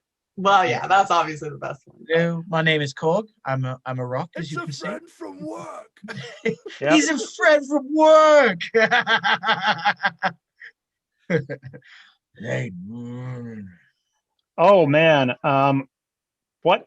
Oh, I don't want to talk about Captain America 4 yet, but since we're on this topic, oh man, what if what if they're like, hey, we need Captain America to be fun too. Let's get James Gunn or Taika Waititi to direct Captain America 4. Oh, my vote's for Taika Waititi. He's just amazing. Jojo Rabbit is one of my favorite films ever. Now, his comic sensibilities, yet his ability to explore the serious aspects, and of course, he's got ties to the Marvel universe already, deeply embedded. Yes, 100%. Wow, now we've gone way off topic. yeah. Sarah, Zemo, villains. Was it a good idea to bring him back? Should we do that more? Oh yeah, you always bring back villains. Bring back all the villains. They're especially ones like Zemo and Loki, who, even in Civil War, like he was the villain, but I mean, you empathized with him. Something terrible happened to him, and maybe he was reacting terribly, but losing your wife and child would get. I mean, I have a child. If something happened to her, I think I might become a villain too. No, so villains like that are, especially that have like something kind of empathetic or redeeming to them. I think it's always fun to bring them back because you're never quite sure, which way they're going to go in a given situation. And especially in this one too, he kind of seemed to have redeemed himself a little bit, or like he was kind of, and then all of a sudden he blows the people up, or clearly had something to do with blowing the people up at the end. It's interesting you bring up his redemption arc, so to speak, because what he does in Civil War is no different from, again, I'm going back to Carly in this show. Yeah. How I can't empathize with her, but like for me, the difference is Zemo always knows that what he's doing is inherently wrong, and he knows that he's supposed to pay for it in the end. Mm-hmm. But people keep letting him live. That was a great moment that was episode 5. Now that was episode 5 where Bucky confronts Zemo for that last time. I actually was hoping for, and I'm okay that they didn't do this, but it would have been so cool if Bucky had echoed that great line up T'Challa's in Civil War, the living are not finished with you yet. Because once again, it's that moment where Zemo clearly, he's not going to care if Bucky pulls the trigger. He's not going to care if he dies. He's ready. But, it's so interesting. If the villain wants to die, the heroes just can't let him do it. I guess that's what makes the heroes heroes. Jalen, you have already talked about Zemo. Obviously, you're a fan. So tell us more, my friend, and do a little Zemo dance for us. A little Zemo dance to get the helicopter flip in there, and he's rolling the dice.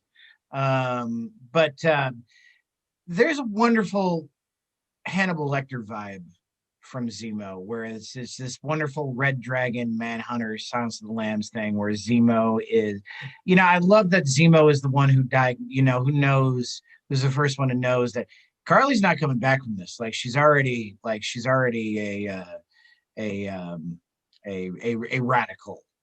Like he knows these people so well, and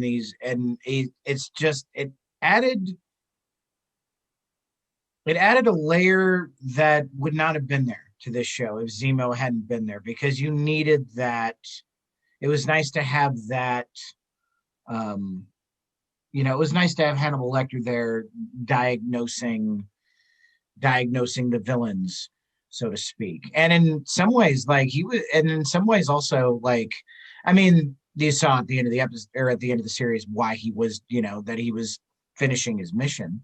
But he even got a redemption arc with Bucky by crossing his name out of the book. And that was just a wonderful, like, you know what? Like, you're the only one that I'm not going to kill. You're also in some ways kind of giving him that given, like the living's not done with you either, Bucky. And the humor, how you learned, wait, you're rich? Well, I'm a baron. It's the way that was thrown in there. I really want that jacket that he was wearing in the series too. That was an amazing jacket. It's probably like $7,500, but I would love to have that jacket. Amazing piece of costuming. But yeah, it having him in there being the Hannibal Lecter added so much to the show, and it was just nice that they were able to bring him back and develop that character more. And he's still alive. He's on the raft. Really easy to break into the raft. I'm actually impressed that the Wakandans didn't, take him back to Wakanda jail or, met out some Dora Milaje justice right then and there too. Yeah. Two things, Jalen, from what you just said. One, I love that you mentioned the callback to him being a Baron, because that is his title in the comic books. He goes by Baron Zemo. And has that wonderful purple mask that we only get to see once. Just the once. That is cool. But also, he does run a great parallel arc with Bucky. Bucky it's so sad how alone Bucky feels in the world, even though he has Sam. He has any number of other Avengers that he could call, but because he was so connected to Steve, and because Steve was the only one who ever really trusted him, he just can't trust anyone else. And it's so tragic. But I love that his arc concludes on just as an emotional one as Sam's. And honestly, I was thrilled to see at the end of the series they showed the title Captain America and the Winter Soldier. Yes. But I would have loved it if they'd called it Captain America and Bucky Barnes. Because this series really... Or the White Wolf, yeah. Or the White Wolf. Captain America and the White Wolf. What this series to me ultimately is about, and I'm getting into closing thoughts material already, shame on me, but what this series ultimately is about are two men who are coming to the realization that they are bigger and more important than they believed they were. Save it, but yes. Huh? I've got a thought on that, but I'll save it because you're right. That's a closing remark. So where do we go from here? And this is where I had intended to drop the Captain America 4 news, but hey, guess what? Yes, Captain America 4 is happening, and it is being written by the showrunner for the Falcon and the Winter Soldier. So we are going to probably pick up from a thematically very similar place where we have just left off. Now, Gary, what do you want to see in Captain America 4? I know it's probably a long way out. There's going to be a lot of stuff that will impact it in between. But, just right now, what would you want to see? I want to see them develop the relationship between the two of them. I want to see how the two of them realize that they are more than the sum of their parts and that they can benefit the world better together than apart. Right now, what we're seeing is the genesis of a team. And I know that that can have a buddy movie vibe, but they've already established that. Even with the contention that we have in The Beetle, you scoot your seat up. No, that started the whole thing. Yes, it's humorous, but in this series, what we've been able to see is that there's a deeper caring for each other there. Bucky genuinely cares that Sam's sister is struggling with the boat. And we see that he's being introduced.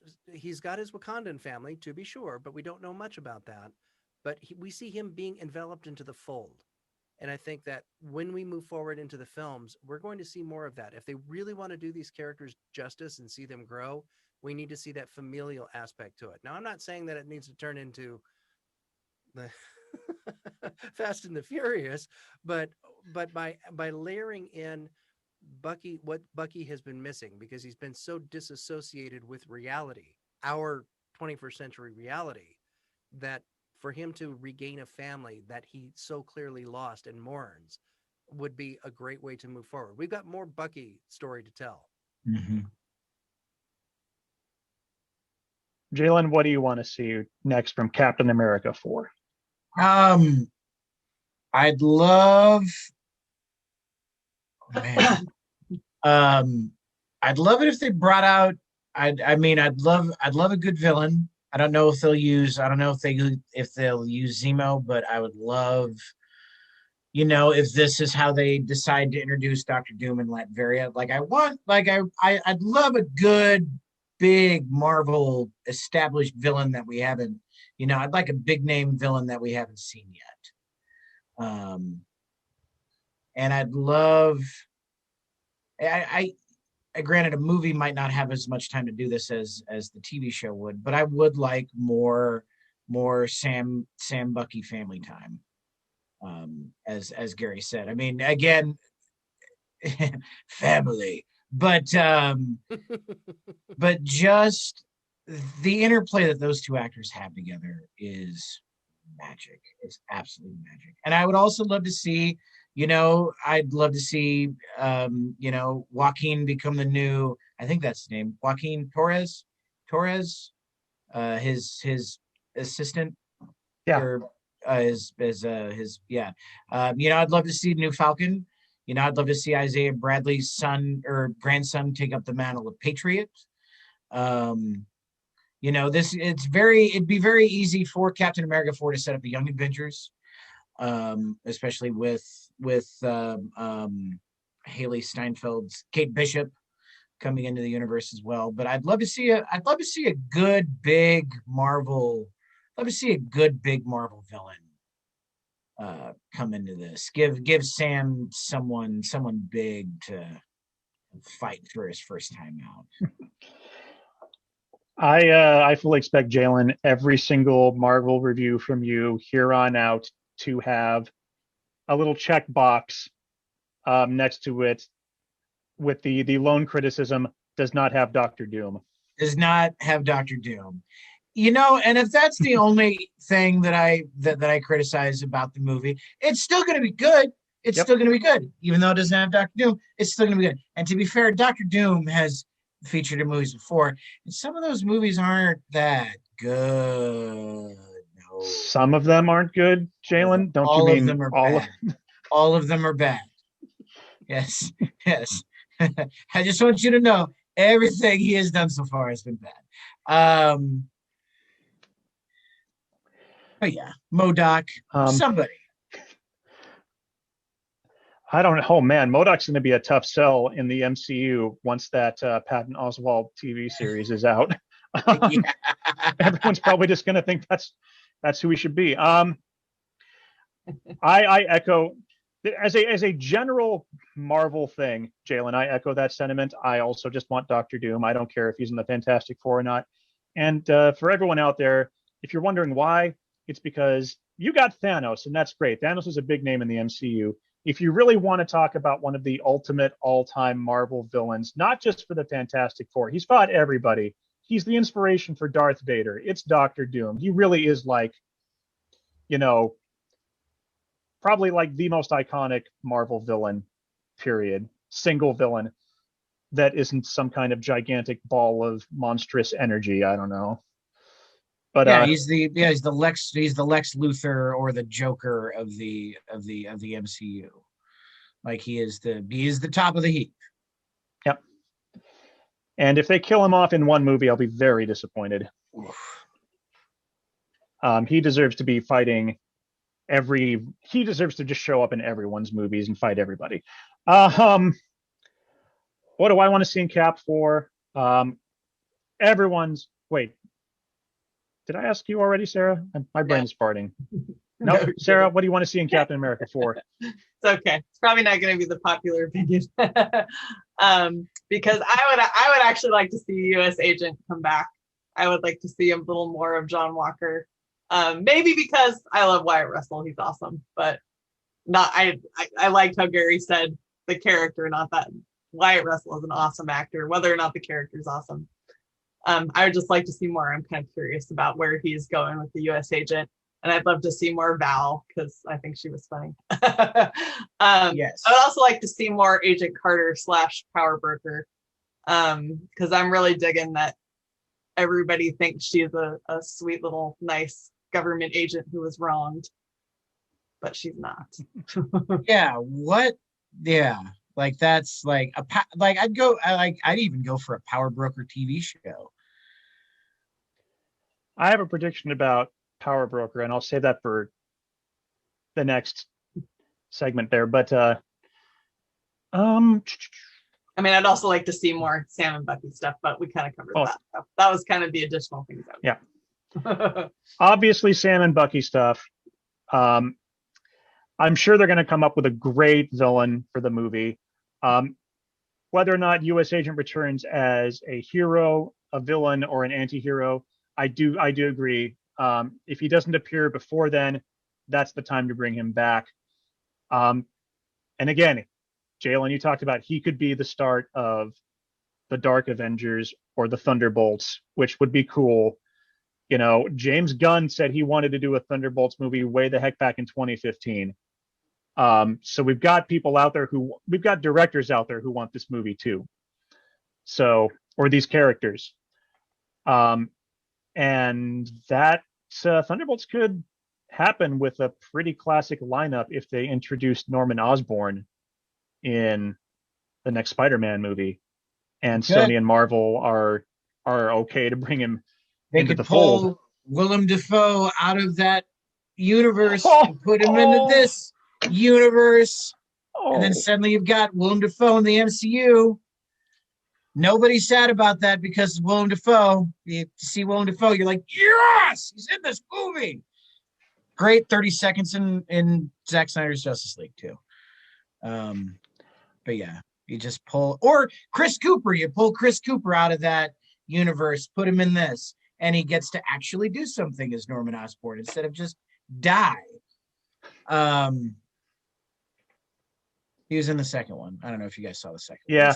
Good. But he's in it for 2 minutes, and then they kill him because they're just terrible filmmakers. But yeah. That's another movie we don't talk about. Oh yeah, it's real bad. It's real bad. Sorry, Andrew Garfield's real bad.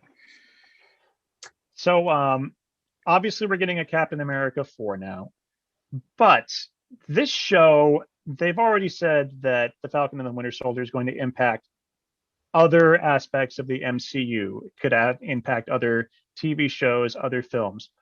I have a theory based on that final moment with Sharon in the mid-credits. I have a feeling that she is going to be the gap that bridges this series and Armor Wars. Because I have a feeling that she's going to get a hold of tech from Rhodey, since Rhodey is still working with the military. She now has a connection to him. She's going to get some Stark armor tech, and we're going to see a bunch of Iron Man fighting each other. Oh no! I think that's how Armor Wars is going to work out. It's a good thing War but Machine what do I rocks. know? With 3 X's. I also wouldn't be surprised to see her show up in Hawkeye, because it's unclear whether or not Sharon Carter was blipped. So when Hawkeye's doing his Ronin thing and he's cut his hair and just went all nuts and he's killing everybody, like it would make sense for them to kind of run into each other in Mandrapore. I wouldn't be surprised to see, maybe that's the genesis of Power Broker. Maybe Hawkeye had something to do with it. Ran out of arrows and she just went crazy. I don't know. But yeah, I wouldn't be surprised to see her show up in that. We didn't even talk about Madripoor and how them dropping that in was just like a what? That's like a big X-Men reference right there. It's like going to Latveria. But not quite. Yeah. But close. I'll take it. I'll take it. Just Latvia. Dangled it on a stick. I'll take it. I'll take it. Yeah, Hawkeye's a good one. And actually, we were originally supposed to see Julie Louis-Dreyfus show up in Black Widow first. So I don't know if she's going to make it into that. They may have cut that, but that was originally supposed to be where she first shows up. So who knows who else she's out there recruiting? Maybe actually our brand new Black Widow is going to be part of her nefarious organization. Oh no.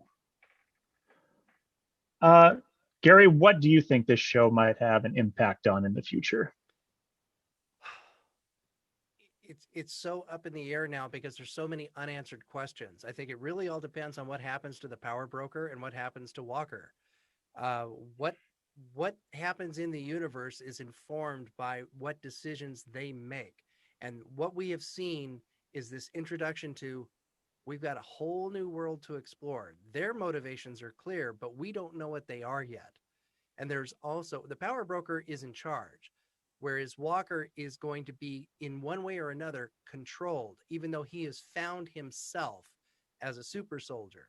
So where that goes, I don't know. But I think that's the linchpin. Those two characters are the linchpin to what happens, whatever that may be. Yeah. Sarah, what do you think? I'm kind of wondering if any of it's gonna come into the next Black Panther movie, since they brought Wakanda into this series. Maybe it's just gonna be Zemo, who knows? But I'm wondering, because like I was saying, I was wondering midway if this was gonna like be more of a lead in to like the next Black Panther, and then they kind of were more just in the middle. But it's very curious, and I hate bringing this up. It's very curious to imagine if they did have plans to tie this in further to Black Panther, because this show was originally in production, at this time last year, and they had to shut down because of COVID. And while they were shut down, of course, we lost Chadwick Boseman. So it's very curious to wonder if there may have been originally a greater tie to Wakanda and what Black Panther 2 was supposed to be back then. I'm glad that we got the reference, though, that we got to have the Dora Milaje show up. That was very cool, because they definitely have that wonderful tie to Bucky. But yeah, we'll see. We shall see. Well, that makes me wonder if Bucky could be in like the forthcoming Captain America, and could he ever tie into forthcoming Black Panther 2? I don't know. Yeah, he could be in he could be in Black Panther 2, or maybe it's Bucky Barnes and the Dora Milaje. We all would watch that show. Given how often they are prone to doing team up stories these days, that's not at all out of the question. We have no idea when the next Avengers movie may be, but any one of these movies could pull a civil war on us and say, hey, let's throw in 7 or 10 of these heroes into one movie, because maybe Submariner shows up in Black Panther 2, and it's like, oh crap, we really need 7 or 10 heroes to take on Submariner. Some reinforcements. Get the White Wolf. And honestly, we haven't even brought it up yet. God knows who else is going to show up in frickin' Spider-Man No Way Home at this point. I mean, like, if they're really going to do the Sinister Six, like, man, Spidey and Doctor Strange, that's a good team up, but it may be time to bring in at least 1 or 2 more helping hands. Joaquin Phoenix, he needs a job. Because he's not cutting it as an Oscars announcer. No. Womp womp. I'm not sure what role he would play in the MCU. Well, I know he was offered Doctor Strange, but he turned it down. Oh, really? Yeah. Wow. I don't remember if he was offered Doctor Strange, but he was definitely one of the top contenders. You might be right. I think he was. I'm You're not. probably Yeah, right. I'm not sure. I'm not sure if he was offered, but I know he was. I know he was considered. But he was like, I don't do this, Rose. I'm Joaquin Phoenix. I'm a serious actor, you guys. I'm a serious actor. Joaquin Phoenix. I'm a Joker. No, you're not. Just for the record, too, for those of you who don't know, I once put my name in the bucket, in a Facebook post that Marvel didn't see, apparently. Sure thing. I saw it. You look great. You look great. One day, in 30 years when they have to reboot the series from scratch, I'll be there. Okay. Does anyone have any lingering questions that this show has left in your brain? I'm just going to open up the floor to anyone who's got a question. Is Steve Rogers dead now? Ooh. That is, Sam jokingly says the moon. What if Steve Rogers is up in the space station with Nick Fury, just sitting on a virtual beach?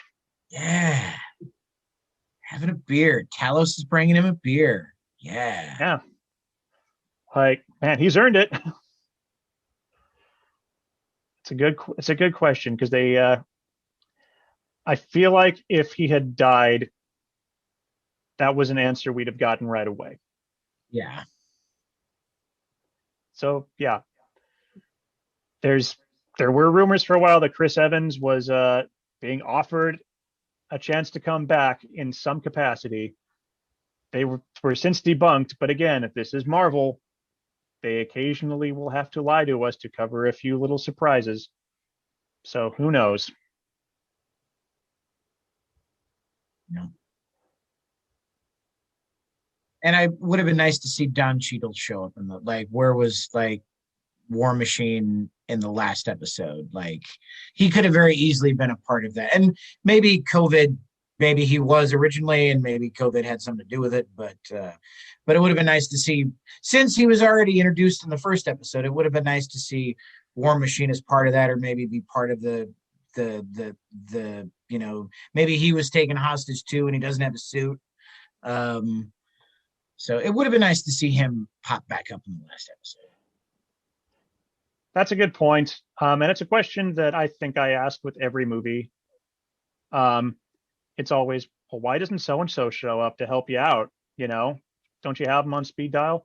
But in this case, it's definitely a more valid question because they introduced him in that first episode and didn't bring him back. Yeah, and they didn't bring him back. Yeah. Shame on them. Yep. Could have had Don Cheadle, but it's okay. I still loved it. So, would you like to see another season of Falcon and Winter Soldier in any sort of capacity, or are you just ready for these two to be exclusively in films? Sarah, what say you? I mean, I'm open to anything they want to do. I mean, I feel like so far they've all been working. So if there's a reason they want to do another series with them, I'll watch it. But right now, it definitely seems like it makes more sense that this would be continuing in Captain America 4. But if they have a reason they want to do another series, I'm cool. Gary, you appear to be nodding in agreement. What say you? They're on the other side of the bridge. Get them on the big screen. I think Jalen's nodding. I think we're all in agreement at this point. I think it would be fun to maybe have Bucky show up again in another team up series, but for absolutely sure, now that we know Captain America 4 is a thing, it's time for Sam, at the very least, to move on to the big screen. I want this in IMAX. Yeah, I'm ready for this in IMAX. But if they did give me another, but if they did give me another show that was just, even if it was just 6 episodes of them fishing, I would watch it. I would enjoy the heck out of it. I almost want Winter Soldier to get his own show. like just like his own show, his own movie, like just a Bucky show. Like, because I feel Sam's made it. Now Bucky needs to. Can always have more Bucky. Yep. Plus, we need a show that shows the struggle of being a right-handed person with a much better left hand. I'm right-handed. That's so much. There's right-handed. There wasn't a lot of humor in this show, but when they went for it, it was great. The jokes landed. Almost all of them landed well. Yeah. All right. So now it is time for closing thoughts. Gary, I know, has one. So let's jump right to Gary. Yeah, it's kind of about some of the subtext in the films and in the secondary stories that have to do with Sam and his sister. The bank scene really resonated with me because I saw that episode on the heels of watching what was, in my view, the close second runner-up in the live-action shorts last night, and that is A Concerto as a Conversation. And in this short film, one of the two men that this film is about is an octogenarian, and he's talking about his past as a business owner in Los Angeles. He owned a dry cleaner, and he was trying to get a loan. And he'd go into the bank after bank after bank, and none of them would give him a loan. And he finally turns in an application and mails it. Back in the day when you could do that. And he was immediately approved.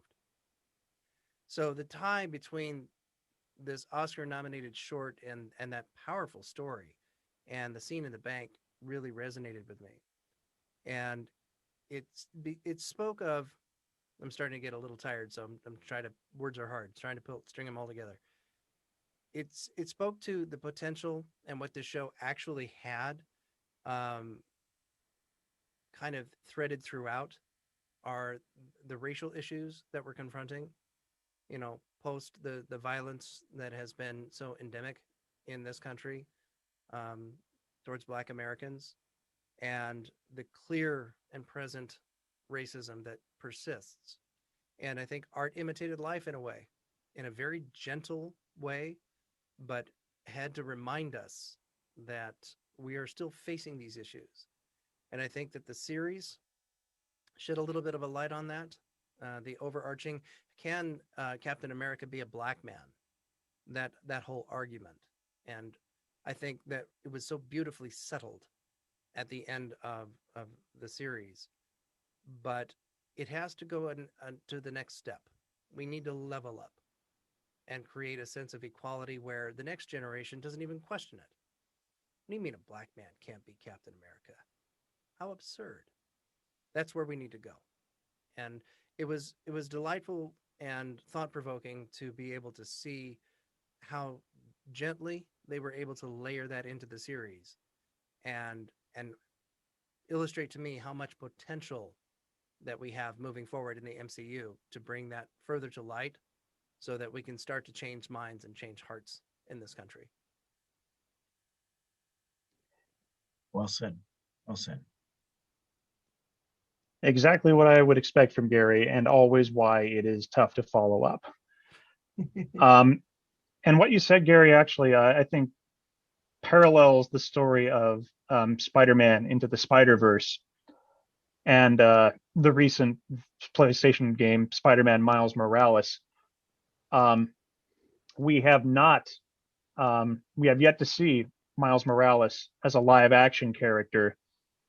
And you're right, this is a good first step, but it is time to start bringing in characters like Miles Morales into the fold, and to bring in characters who are already established in live action films.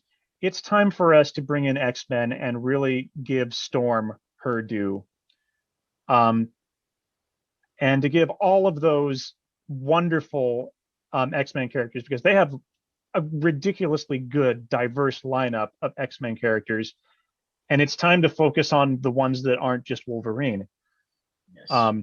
or Cyclops, or your typical white X-Men characters. They have such a great lineup, all of which were wasted in the films. So thank you for that, Gary. Sarah, what are your closing thoughts for this show? What Gary said. I don't want to follow that up either. I mean, and I'm not just saying that. I feel the same way. I feel like it was really, I don't know, just the kind of subtle symbolism through the whole show of like the transition to a Black Captain America. I thought was very moving. Yeah, and I felt like they just dealt with it in a really like well done way. It wasn't like it was kind of there and you didn't even realize it until you're thinking about it later. It was very powerful.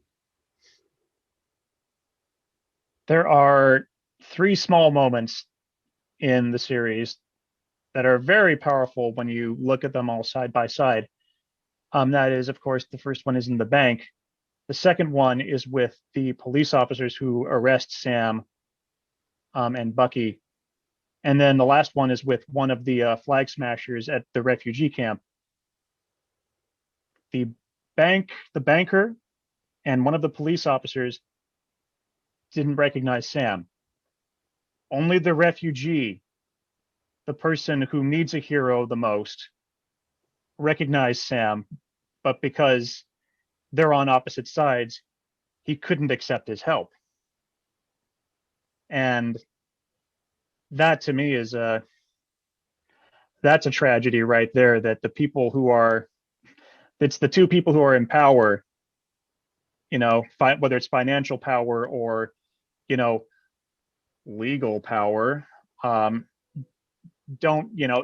they don't recognize someone who should be on the same level as Steve Rogers and Tony Stark, who has earned that place.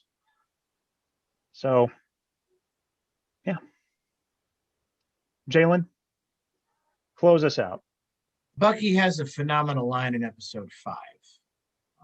After they've gotten the shield back from Walker and they're in Louisiana, and he just subtly says to him, it's like, Steve and I did not realize the full weight of giving this to you and what it would, I'm paraphrasing here, but giving this to you and what it would mean for Captain America to be a Black man.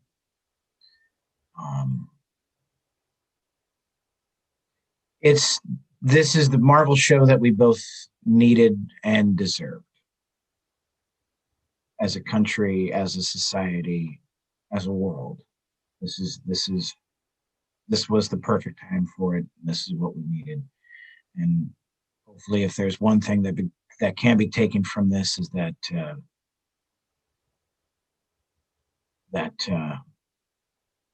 we need more things like this in the world.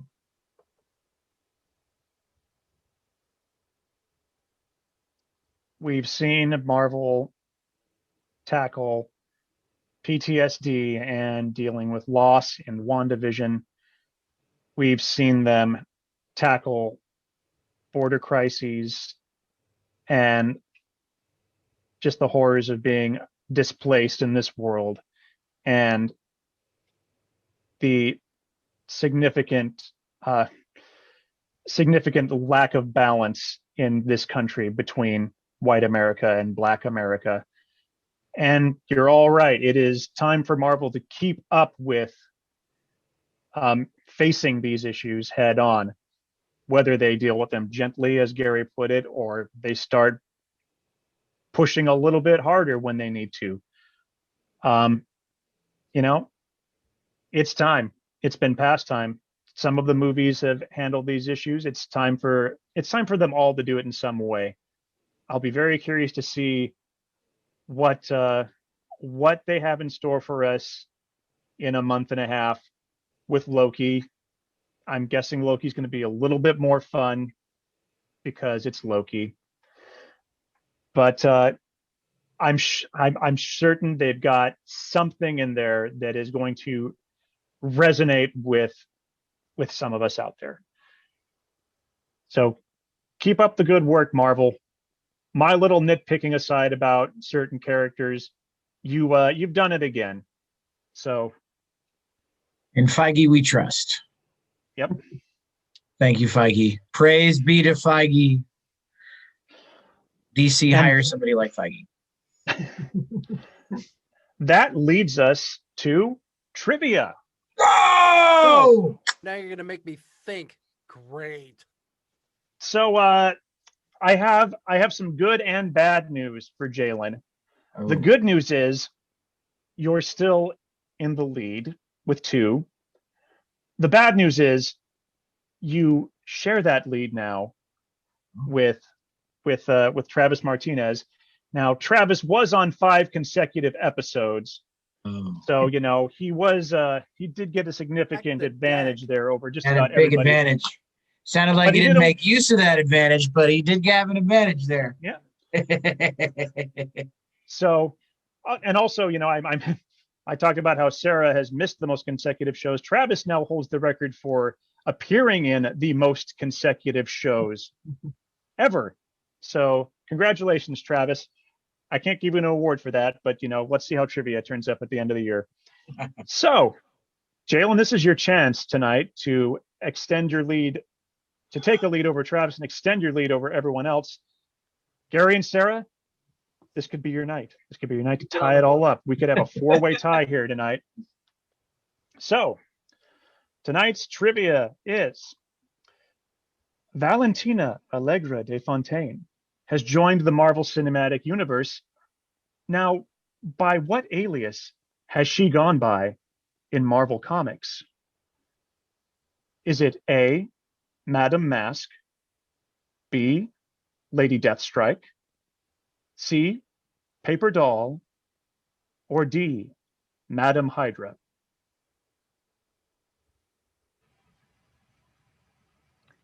Sarah, I'm going to go to you first. I have no idea. I will guess. What was C? Paper Doll. Oh, okay. I'll go with C. Gary. B. All right, Jalen, what say you? D. Did you say D? D, yes.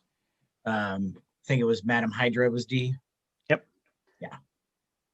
Well, one of you is correct. Now, who is it? Well, congratulations. Jalen, you are now once again in the lead. It is Madame Hydra. You're welcome, Jalen. Pulled that out. Pulled that out. Pulled that out. It was right. It was, didn't even see it. Pulled it out. Whoo!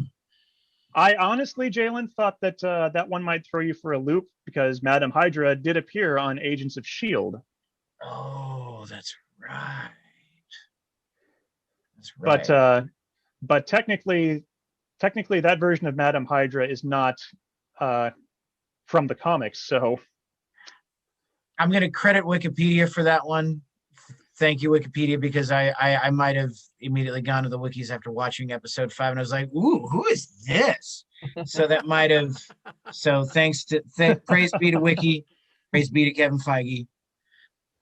That was awesome. Yay. So congratulations, Jalen. You are now in the lead with 3. Everyone else, you're still stuck on 1. But that's okay. Travis, this will not stand. This aggression will not stand.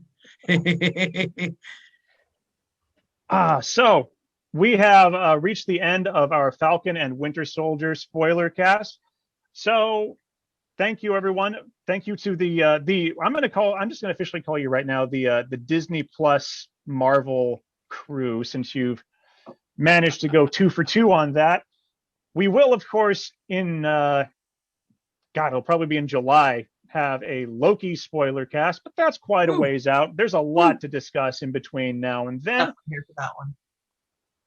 Shocking that I Sarah know, wants to everyone's be shocked. talking about Loki. We're going to be talking about Tom Hiddleston and his acting ability. Wink. Yeah, that's it. So thank you very much to Sarah, Gary, and Jalen. I am Thank Ben you. Stahl. I'm Ben Stahl. This is the Sunday Matinee.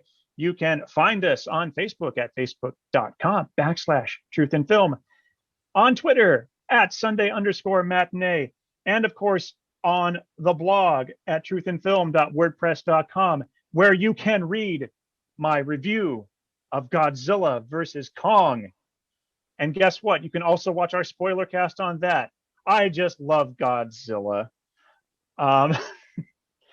So thank you everyone for watching, and have an excellent night.